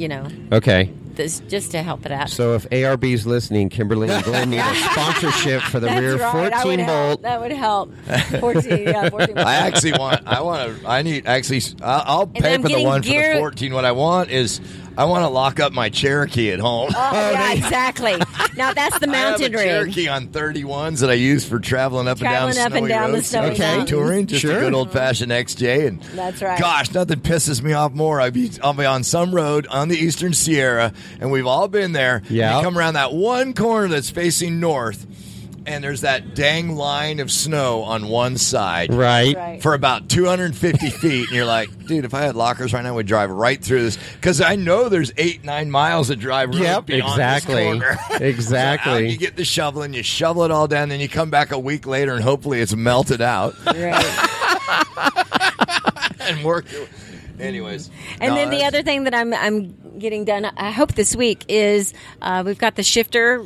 The shifter. we're gonna rat finger shit. Yeah, I've got really? some right. So I need like 10 inches. She uses of, her feet to kick I it in use and my out of feet. out of In and out she's of front gear. burning and stuff. Okay, so the transfer case shifters. I have so to we're get gonna- those extensions rear. so that We're I gonna can rat reach fink them. those up a little bit. I've been That's doing them cool. with my Get feet. 'em up in the air. Really? Yes, I put it in neutral. I grab over there and I Which kick her back doesn't into work gear on with feet. Sandthrax because that one obstacle you need to actually have your feet and your hands working. Working at the same time, right? So that's the way that works. But Oh my gosh. yeah. So That- no, we've had a great time out here, and it's a place that I think it's on the calendar. Let's say for the rest of our lives. There you go. The other thing that's actually happening in the immediate future is you got your traps with the now we're plugging. What's you that? got your trepadors with the race lines on there, and we've picked up some steel wheels for up in our neck of the woods. Okay. Got a A lot bunch of of coral. caliche rock and a bunch of bunch of coral. Yeah. There's a bunch of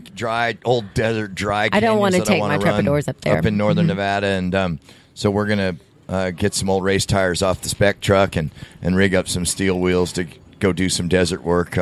With a little bit tougher tire. Doesn't stick as well, but it doesn't get cut up either. So Yeah, so those are stickies right now, yeah, right? we're gonna put They're our amazing. desert. Aren't they great? Oh, I desert tire. love I mean, them we so we much. talk about stickies all the time. I mean, I just with my new buggy that I got a couple years ago, new to me. That was my first experience with stickies, and it's unbelievable. I will never go back. And you shouldn't, unless you get some rims and poor you change tire, them out. man. I remember the very first time I drove. I was ever in a Baja truck, and I'm like, "Are you kidding me?" I mean, we're just it's all I couldn't believe what we were running over. It is. It's amazing the abuse they take. Yeah, and poor watching tire. them You fold up. Reincarnated as a tire. No. Jeez, what a jerk. No kidding. And how flat and pressed it can be against the beadlock. I was like, really? I'm really on an inch of tire. How come tires lately, as soon as the date code thing came around, they're like milk now? I got an old tire that doesn't have a date code on it. It's got air in it. It's 40 years old. Just sitting there fine. You get a tire with a date code on it, man. As soon as that 10-year comes up, every trailer tire you own, all the same time, like, the same trip. This has been the year of the tires. It has Almost been. Everybody I've known has blown a tire. I blew a trailer tire a few weeks ago, and then coming down here, I blew a truck tire on my cab over camper and truck. Wow, sorry. Luckily, it didn't blow all the way; just the tread separated. Isn't that funny? But you got that distinct vibration. I'm like, crap! And here then it sure goes. enough, Here it goes. she's Bam. gone, and I'm like, oh my gosh. Man. Yeah. So year of the Year of the tire, for sure. Well, we sure have enjoyed this. Thank you so much for your time. Thank you guys so much. Well, Chris, what did you think of that? It was very enlightening, very cool. I mean, just so down to earth, cool Americans. I'm just going to throw it out there. 100% purebred Americans that have a passion for what they do. Absolutely. And that's what I'm all about. Do it every day. Live life to the fullest every day. Yeah. And man, super cool. And for them to re-record that first section and my little screw up and whatever happened. But we made it happen. And I was stressing big time.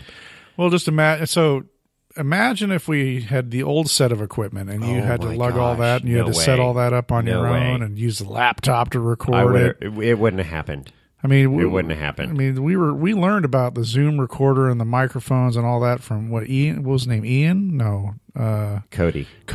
Yeah, from Trail Chasers. Trail Chasers. Yeah. When we ran into him at SEMA. So we're learning. Like you said, we're learning every day. But yeah, back to the fantastic interview you did with Glen and Kimberly. It was incredible, and I was so thankful that they carved out time.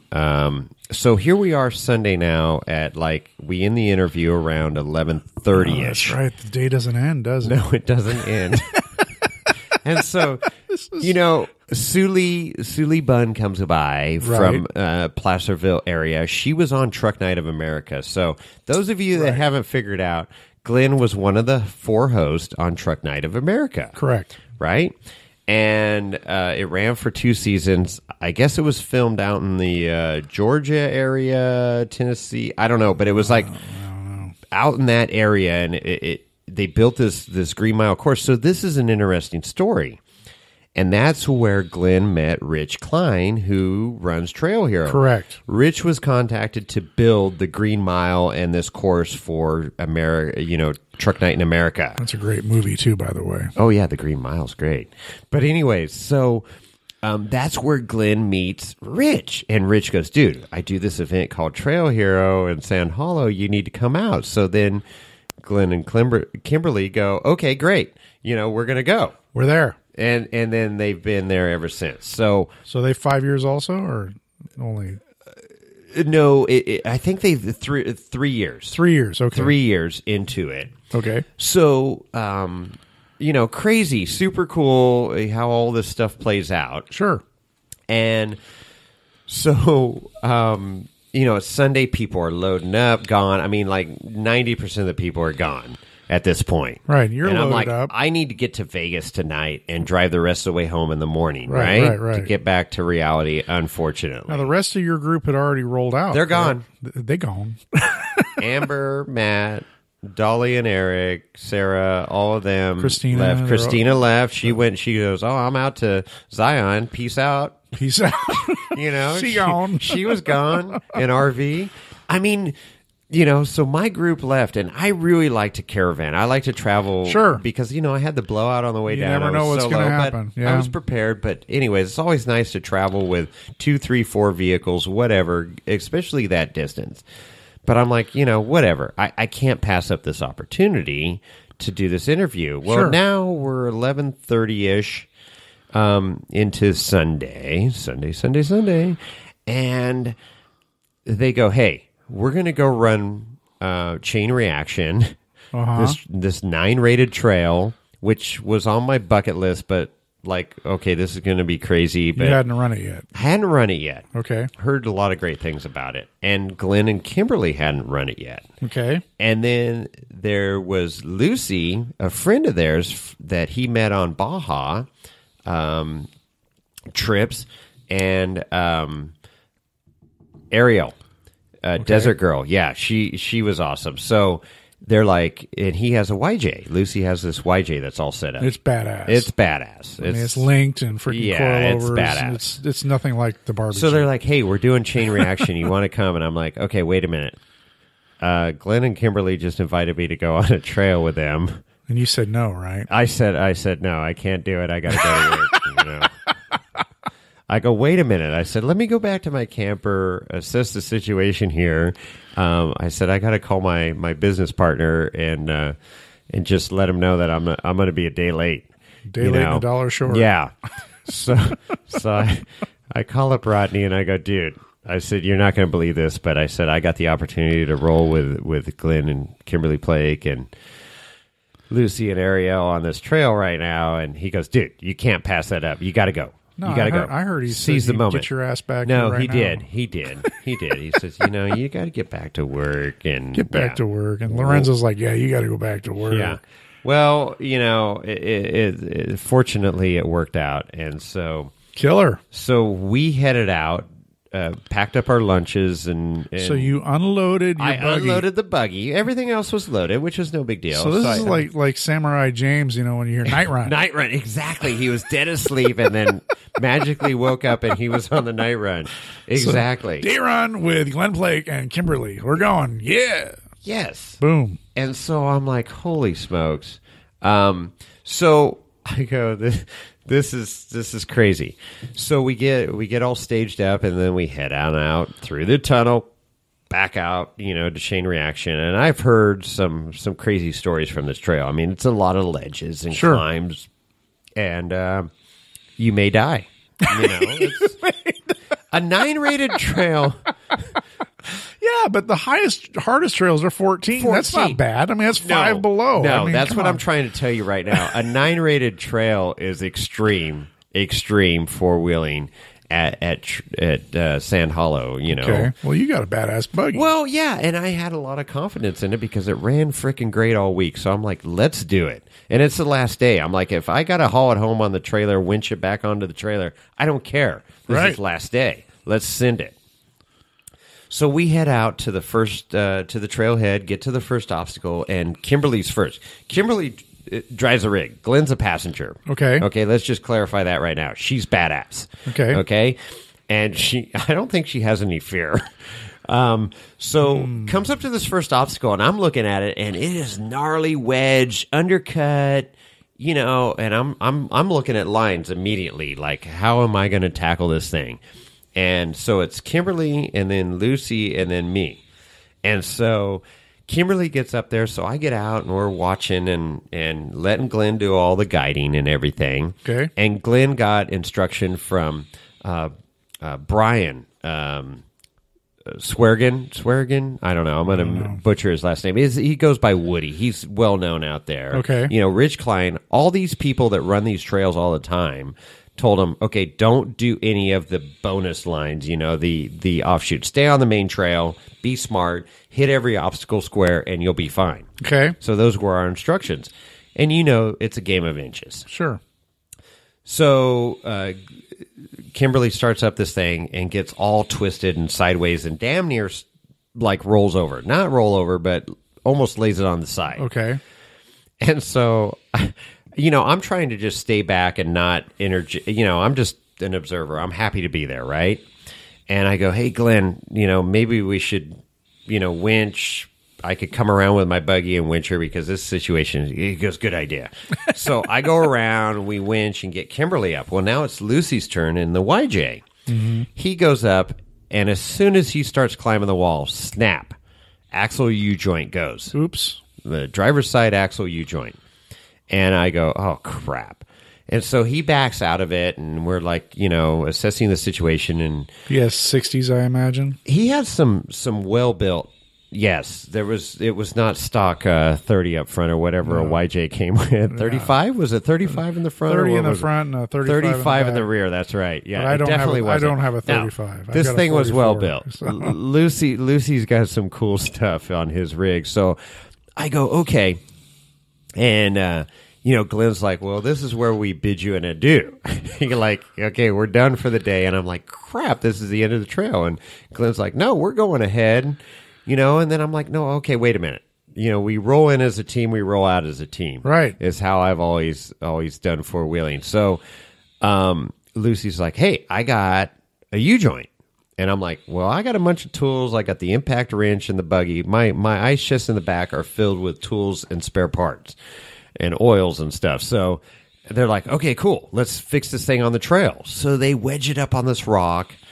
And, start unbolting it and everything. And I'm sitting in there wrenching the hub, which apparently we didn't need to take off. Lucy tells me later. But I'm in there, and then Glenn's like taking the brake caliper off and stuff. And I look up at Glenn and I go, dude, never in my wildest dreams in a million years I thought I'd be wrenching on a Jeep with Glen Plake. All right. I'm like, this is a freaking one of those surreal moments where you're like, this is freaking cool. And so, teamwork makes the dream work. We got in there. Boy. Yeah, no. And then, so I had tools and stuff out. We got everything off. Roughly an hour later, we had the U-joint back in. Okay. The ears have opened up on the yokes. Oh, I was going to Both ask. the drive shaft, the main axle, and the outer stub shaft, it had opened up, and we were beating on it. Well, Glenn was beating on this thing to make this thing happen. Right. So I go, oh, crap. So anyways, we got it back together, put everything, and okay, let's go. We got daylight left. Let's go. Yeah. So we headed up the trail, and there's roughly, I want to say 9 obstacles up this canyon that we're going up, this chain reaction, and had an absolute ball. Good. I mean, everybody did great. We made it up these obstacles, and we took some lines that, were 6-7 foot walls, and I'll post some video. And you wouldn't have done them if you didn't have water. I wouldn't have done them if I didn't have water in the front of that buggy. There's no way. And there was one crack towards one of the last obstacles, one of the third to last obstacles that we're looking at, Glenn and I are looking at, and I go, I don't know, man. This thing's so undercut. This is an axle snapper right here. The binding and everything, sure. And then trying to lift up 650 pounds of water in the tires plus the weight of the front end of the buggy. Well, those are warranted. So. Yeah, right. So I'm like, well, let me try it. And I got in there, and I'm like, nope. And he goes, no, I don't like that. And then we took another angle, and then it climbed up. And I'm like, holy crap. And you got to straddle this crack. Uh-huh. And then made it through. And then so Lucy was behind me at this point, and he goes, oh, well, I got to try this. And he made it up and over through too. Cool. It was very, very cool day where everybody was helping each other. It was clicking. It was fun. One other rig came up on us towards the end of the trail, one of the last climbs. And then we ended up on the plateau right at the bottom of the chute. Again, all these trails overlap. Yeah. So this was the trail that Cody Wagner and Dave Wong and them were coming up when I was doing Double Sammy. Right. On Wednesday with Amber and Eric and Matt and all them. And so I'm like, oh, this is cool. So we hung out up there and BS, got a photo, and it's like, okay, let's do the shoot. And then so we did the shoot and then came around, and then Kimberly's like, I want to try this one line, this crazy line that Cody Wagner and Dave Wong and all these guys are playing on with 4-steer buggies, right? Mm-hmm. That's just insane. It's an insane section. It's not a trail. It's just a play area, Right, if you right, will, right. right by the chute, to the right of the chute. And so, Glenn's looking at it, and he's like, okay, we got to put a tire here. And I'm like, I have no desire to try this. Okay. I mean, it's that crazy, right? And Kimberly's like, yeah, I want to try this. I want to see if we can do it, make a drag axle, go up this thing. Just send it. No rear steer. Right. And she did. She throws her passenger front tire on this rock that's 6-7 feet tall. And if you slip off this rock, it's just straight down into this abyss. The abyss of misery. Oh, yeah. It's not good. So, it was cool. We, everybody kind of knew each other at that point. Like, okay, it was like we clicked, right? Okay, good. Like everybody's, like, okay, we got your back. And so comes up on that rock, and I go, oh, man, the passenger tire's slipping, and boom, it slips off the rock. Okay, damn it. And now it's like 4:30 in the afternoon at this point. So it's getting late afternoon. Twilight, And so Kimberly says, okay, well, I'm done. I'm backing off. So she backs off. Well, we're getting ready to leave. We had an excellent day, four-wheeling. Nobody was broken, at this point. Anymore. We'd fixed Lucy. Everything was great. All we had to do was run down the sand dunes back to camp. Sure. And at this point, I was like, I'm spending the night because I don't do well at night driving. No. On long distances. No, because you don't know 800 miles. I mean, the last time we cannonballed down to Hollister, but that's a short run. But the year Hammers? When we went to Hammers, and you and I we left work in the afternoon and drove until 11 o'clock at night. I felt bad for you because you woke up at 3:30 or 4 o'clock that morning to go to work, and I woke up at 6. So I know. I had a couple more hours on We pulled you. into camp at Hammertown, and I'm like, you guys are like, hey, how you doing? Good to see you. I'm going to bed. Good night. So good. So good. So we're getting ready to pack up and leave, and then here comes a couple XJs. Pretty well set up. Oh, right. From the chute area. And come to find out they're locals. And so anyways, the old, got this obstacle, this hill to climb. It's the opposite side of where Kimberly was trying to climb up of this hill. Uh-huh. And I go, okay, are they going to try this or whatever? And they had 4 or 5 guys there. And then somebody in our group goes, yeah, come on up. Okay. And they were pretty well built? They were pretty well built, yeah. Absolutely. So I go, okay, this is cool. So he starts coming up this crack in this wall, and it's what I ultimately ended up going down, which was steep as hell. But anyways, so I go, okay. They come up, and then they get to this last section to get up onto this plateau that we're at, and I go, okay. And it was exo-cage. This XJ was exo-cage. Okay. And he stood it up and was doing a wheelie. I kid you not. He was doing so much of a wheelie that he tore off his rear exo-cage tailgate that he had built. It was gone. She gone on the ground. And there's some great video here. Mission control? He comes up and he gets up to the top, and it's like, okay, cool, man. That was freaking awesome. So then I go, okay, now we got to get down. Now there's 3 options to get down. You could turn around and go back down the way you came up. They're just trying to get footage for Beat Not Baby. I don't know. It was Beat Not Babied on high. Well, he ends up, I don't know how, decided to go down where Kimberly was trying to come up, which is crazy. Uh-huh. And I go, oh my gosh, this is not good.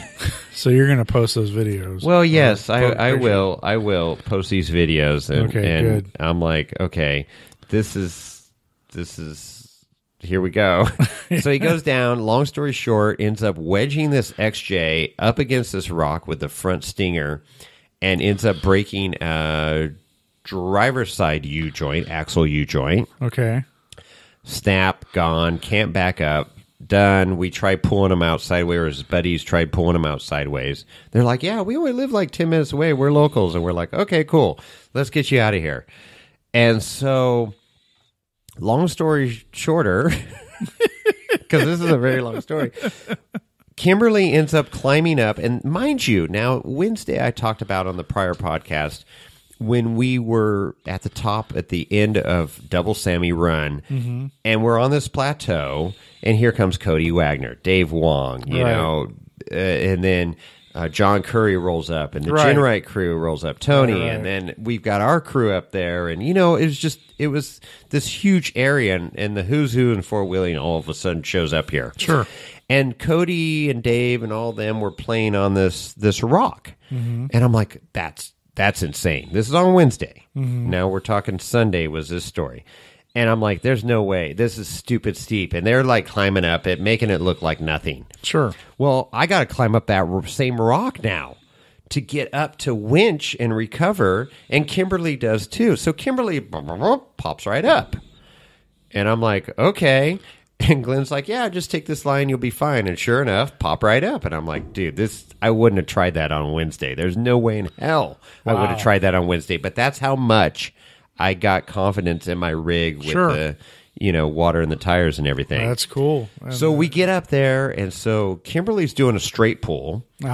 I've got a snatch block hooked up to the XJ, so it's going out of the winch to a pulley, a snatch block, and back to my stinger on my buggy. So you're doubling up. I'm doubling up. I've got a 12,000-pound winch. So in theory, I've got 24,000 pounds of pulling power and, stuff to pull him back. Right. So we pull him back off this obstacle. Well, now they decide, okay, we're going to reposition this rig and we're going to lower him down this freaking wall. I kid you not, the wall is like 6 feet.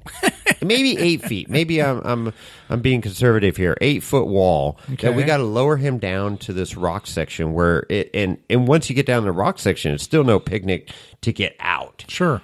But okay, fine. So we pull him back.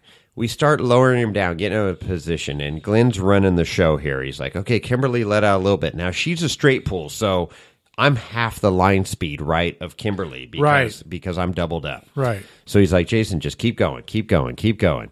And Kimberly's letting out. And I'm like, okay, cool.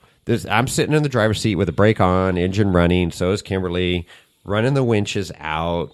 And like, okay, cool. And I start seeing this roll cage disappear over the wall. And then all of a sudden, my winch line gone. Oh, that's right. Snaps. You told me about that. Yeah. I'm like, oh shit. And I didn't know what had happened at the time, and I saw the rig, so I heard this, oh, woohoo! I'm like, okay, he's good. And he was fine. So I'm like, okay. And then look back, well, what had happened is my winch had ran out of line. Because it was doubled up. Completely unspooled. And you're supposed to leave the first rung, the spooled up on your winch. Sure. So the first 10 feet or so of winch line. Right. It's still spooled around the winch. And then you have this little quarter 20 bolt that holds the winch line onto the spool. That's rated for 12,000 pounds. Well, no, because she snapped. She gone. She gone. She gone. And I should have been paying attention more of seeing, because at the end of the winch line, you've got the black protection on the winch line, and that was visible because I watched the video later, and that was clearly going out for my winch, and I should have stopped. Oops. But I didn't see it. Glen didn't see it. Nobody saw it, and off she goes. But luckily it all worked out. He got lowered down safely, and it was one of the most incredible recoveries of I've had. It was definitely in the top 5 recoveries that I have done, and I've done numerous recoveries over the years. Cool. So that was it. And so now it's like almost dark, and I'm like, okay, we got to get back. So we head back down highway back down to the tunnel and back in, and I'm like, okay, I'm definitely not. Not going home. I'm not going home tonight. Right. I'm camping, but the wind was blowing. That's what you said. It was howling, like King of the Hammers and stuff. Oof. And so we get back, and Kimberly's like, "You're not going home. You're having dinner with us." And I'm like, "Oh, okay. I got to take a shower, and I'll be there." So, showered up real quick, and went into the camper, and Lucy and Ariel was there, and of course, Glen and Kimberly and myself, and she fixed this great taco bar for us. Oh, nice. Yeah, and I'm sitting there. I'm like, okay, great. And, I can eat. And she had plenty of food, and so we sat there. We had tacos. We were BSing and reflecting on the great day that we had four-wheeling. And, it was approaching 11 o'clock, and I go, okay, got to wrap this thing up. I got to go. And they had, Glenn had to do a phone call with a lawn ski company, right. because they were celebrating their 75th anniversary that next day. Uh-huh. And he was actually supposed to fly there from Trail Hero to do this event. Well, because of COVID, he couldn't fly in. Sure. So they were going to do this Zoom meeting. So I'm like, dude, you got to get to bed. I got to get to bed. I got a long drive. And we bid it adieu. And that was the end of it. And it took me an hour to go to sleep because I was exhausted, but like on cloud nine. Think about that day. I mean, I you know. started the day, you spent the day with one of your heroes. Yeah. At Trail Hero. Yeah, at Trail Hero. A hero at Trail Hero. Yeah, I didn't think about that. That's freaking awesome, dude. It was. I mean, it was. It's pretty surreal. Interview that our listeners have heard. And then, of course, you went wheeling with them, and then you had dinner with them. Yeah. It's like you're fast friends. You Yeah. know, and that's great. Well, it was cool. And wheeling for 30 years, and, it was like I felt very comfortable with my rig and what was going on and everything, but it was super cool because they were so down to earth, and there was no egos or anything going on, and we just had a great day of wheeling. Yeah. And it was freaking phenomenal, and a day I won't soon forget. I mean, definitely Awesome. One of my top 5 wheeling days in my 30 years of four wheeling. So, anyways, that was Sunday fun day. Thank you at for Trail sharing. Hero. And I know we got kind of long-winded. Great interview. Yeah. I mean, we started this podcast with, these hopes and ambitions that it would turn into something, and this is beyond my wildest dreams This of is the awesome. people we've met, the things we've got to do, and the friends we've made along the way. Absolutely incredible. So you bet. it's cool. It's It very is. cool. Well, it's like for sure. Yeah. So, a couple other things to housekeeping, if you will. Yeah. One thing I do want to add, on the last podcast, we talked about Amber's rollover when she was completely on the roof. Right. Inverted. Inverted. And I said, I failed to mention, because this is important, this is what keeps our trails open. Stuff happens, rollovers happen, fluids leak out of vehicles. Right. How do you deal with it? Do you just drive away? No. You need to deal with it. So, myself and Amber, and I had a couple of them, of the spill kits that are provided at the beginning of Rubicon. The kiosk. Yeah, the Moon kiosk. Lake. And they're provided by El Dorado County Parks and Trails Division. Right. And so we talked about it before on the podcast, but it's important. It comes in this heavy duty Ziploc bag. Right. And it's got a, red towel in there, your shop rag. And then it's got this super absorbent mat. Right. And then it has the biological treatment, Enzyme or a whatever. good sized bottle of that that you can, after you clean everything up. So the idea is you scoop up the contaminated soil, Sand, dirt. Well, out there it was sand, oil, and put that in the Ziploc bag, and then obviously use your absorbent pads to get the majority of it. Correct. And then put all that in that Ziploc bag, and then spray your biological on that will eat and dissolve the oil. Right. So it's no longer, a hazard Whatever's left situation, over, yeah. hazmat situation, right? And so we had that. I failed to mention that in the last podcast, and I wanted to make that a point because this is what keeps our trails open. And by, four-wheelers being respectful of the environment, and, rollovers happen and we lose oil, fluids, whatever it may be, but clean it up. Don't just throw dirt on it and call it good and say, okay, yeah, we're great. Nope. So that was one thing, and then you had something as well with good old Pismo, Oceano Dunes. Oceano Dunes, yeah. So there's some news. There's a 3. So it's getting reopened, and that's huge. That's fantastic. Is incredible. I mean, it's going to be a slow roll, unfortunately, Right. but the great news is it's going to start reopening.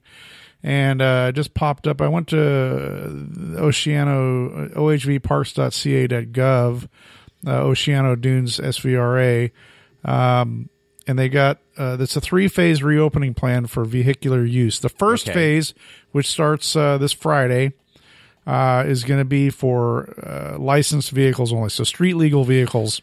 So no side by sides or anything. You're not recreating per se out on the no, dunes. it's day use only. Okay. So it's basically you're going to be able to go out and drive and enjoy the scenery again and whatnot, but and play a little bit, but you won't be ripping around on the dunes with a side by side. Right.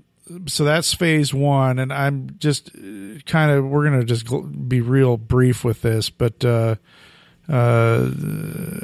phase 2 is going to at some point going to happen, and that's going to be still day use, and they're going to let limited side by side use out there. Really? Okay. And then I believe at some point they're going to start allowing. I read somewhere, again, this is very high level Preliminary. Yeah. they're going to start allowing camping. They're going to I think it said 100 campsites. Okay. For camping on the dunes. Wow. Well, it's a step in the right direction. It's a step in the right direction. Because we were afraid that this was never going to open back up. Right. And, obviously, if you go to Facebook, you look at social media, you have people saying you look at SF Baja, people are going to be down there and they're going to be celebrating. They're going to be rolling with their big flags out, giving out bumper stickers and so on and so forth. But they also, on the negative side, announced that there's going to be the anti-SVRA. Sure. Protesters are going to be trying to block the entrance to the park to keep people from coming in. So obviously, everybody be polite, be civil. Just just be appropriate. And that's the thing that these people don't understand is that we have very few places to recreate. Exactly. That are public lands for everybody, regardless of what you believe in or what you do. Mm-hmm. And we have very few areas where we're able to, and very, very, very few areas where we can drive a vehicle on the sand to a body of water. I think this is the only one i.e. the ocean. California. It's the only one in California that we could drive there. Right. And it's a small, you look at the percentage of the land that we're using to recreate on, four-wheeling, quads, side-by-sides, whatever your pleasure. It's a very, very minute section of California we have to do it. And these Sierra Clubbers and REI shoppers. Oh, God. Okay, wait a minute. I got a little personal there. But anyways, Prius drivers. Give us a section. We're not asking for the entire state or this huge section. Just give us a section to recreate. And it's been proven that it's we're not causing the dust and stuff. There was a lot of stuff that came to light here in 2020, and I am so glad that they are opening it back up, even if it's just for day use and people to drive down on the beach, because there's so many people that go out and just drive down on the beach and fish for the day. Exactly. You got your family out there enjoying the beach for the day. Normally you have to park in an asphalt parking lot and walk 100 yards to get down to the beach. No, you can drive right down on Pismo. So anyways, without going on a huge diatribe, it's awesome. Thank you. We're headed in the right direction. Keep fighting the good fight, people. Write your political senators, governors, and everybody. Represent, the four-wheeling off-road community, and love it. So, yeah. Well, on the other side too is the economic impact to Pismo, the community. A lot of people come down there. They buy food, they buy coolers, they buy gas. People that don't own they stay in hotel off-road rooms, vehicle will come out there and rent a side-by-side, rent a quad, and go have a blast during the day. The community was in some respects dying on the vine. Yes. And is that really what you want for your town? Yeah. Come on, people. No. So anyways. Anyway, that's great news, and that's kind of that. So there you go. Well, whoop, there it is. So, my gosh, did it, made the episode happen. Yep. I am so thankful. Yep. Thank you again, Glen and Kimberly Plake. You need to go follow them on the IG. Yes. So, Glen, Truck Night of America, and just badass skier, Yeah. Is straight up. He's Glen Plake. So it's GlenPlake, Glen Plake, Yep. on Instagram. Right. And he's got the little blue check mark that means that, he's all that in a bag of chips. He is. He's not, though. He could be, but he doesn't have that attitude, and that's what's super cool. No, he's just an ordinary dude, and he's from my hometown. Yeah, it is so cool. Yeah, right out of Livermore, right? Not my hometown, where I live. But And yeah. then you've got Kimberly, his wife, which is in her own right super cool. So her personal IG page is ms.snowplake. So ms.snowplake. There it is. Mrs. Snowplake is hers. And then she also, she calls it Emmy, her emerald green buggy. That's the buggy. badass. Mm-hmm. So her buggy page is EME_THEGREEN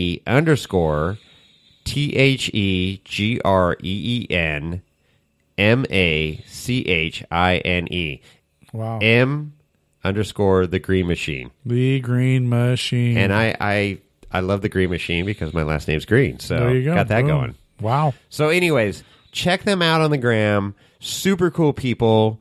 No BS. I'm super grateful. Thank you, Glen and Kimberly, for carving out time and allowing me to tag along on the Sunday fun day. Sunday fun day. Chain reaction trail hero ride. And it will be a moment in time that I will never forget. So appreciate that. I hope you guys enjoyed this episode. I got nothing else, Chris. You got anything? I don't. We're out.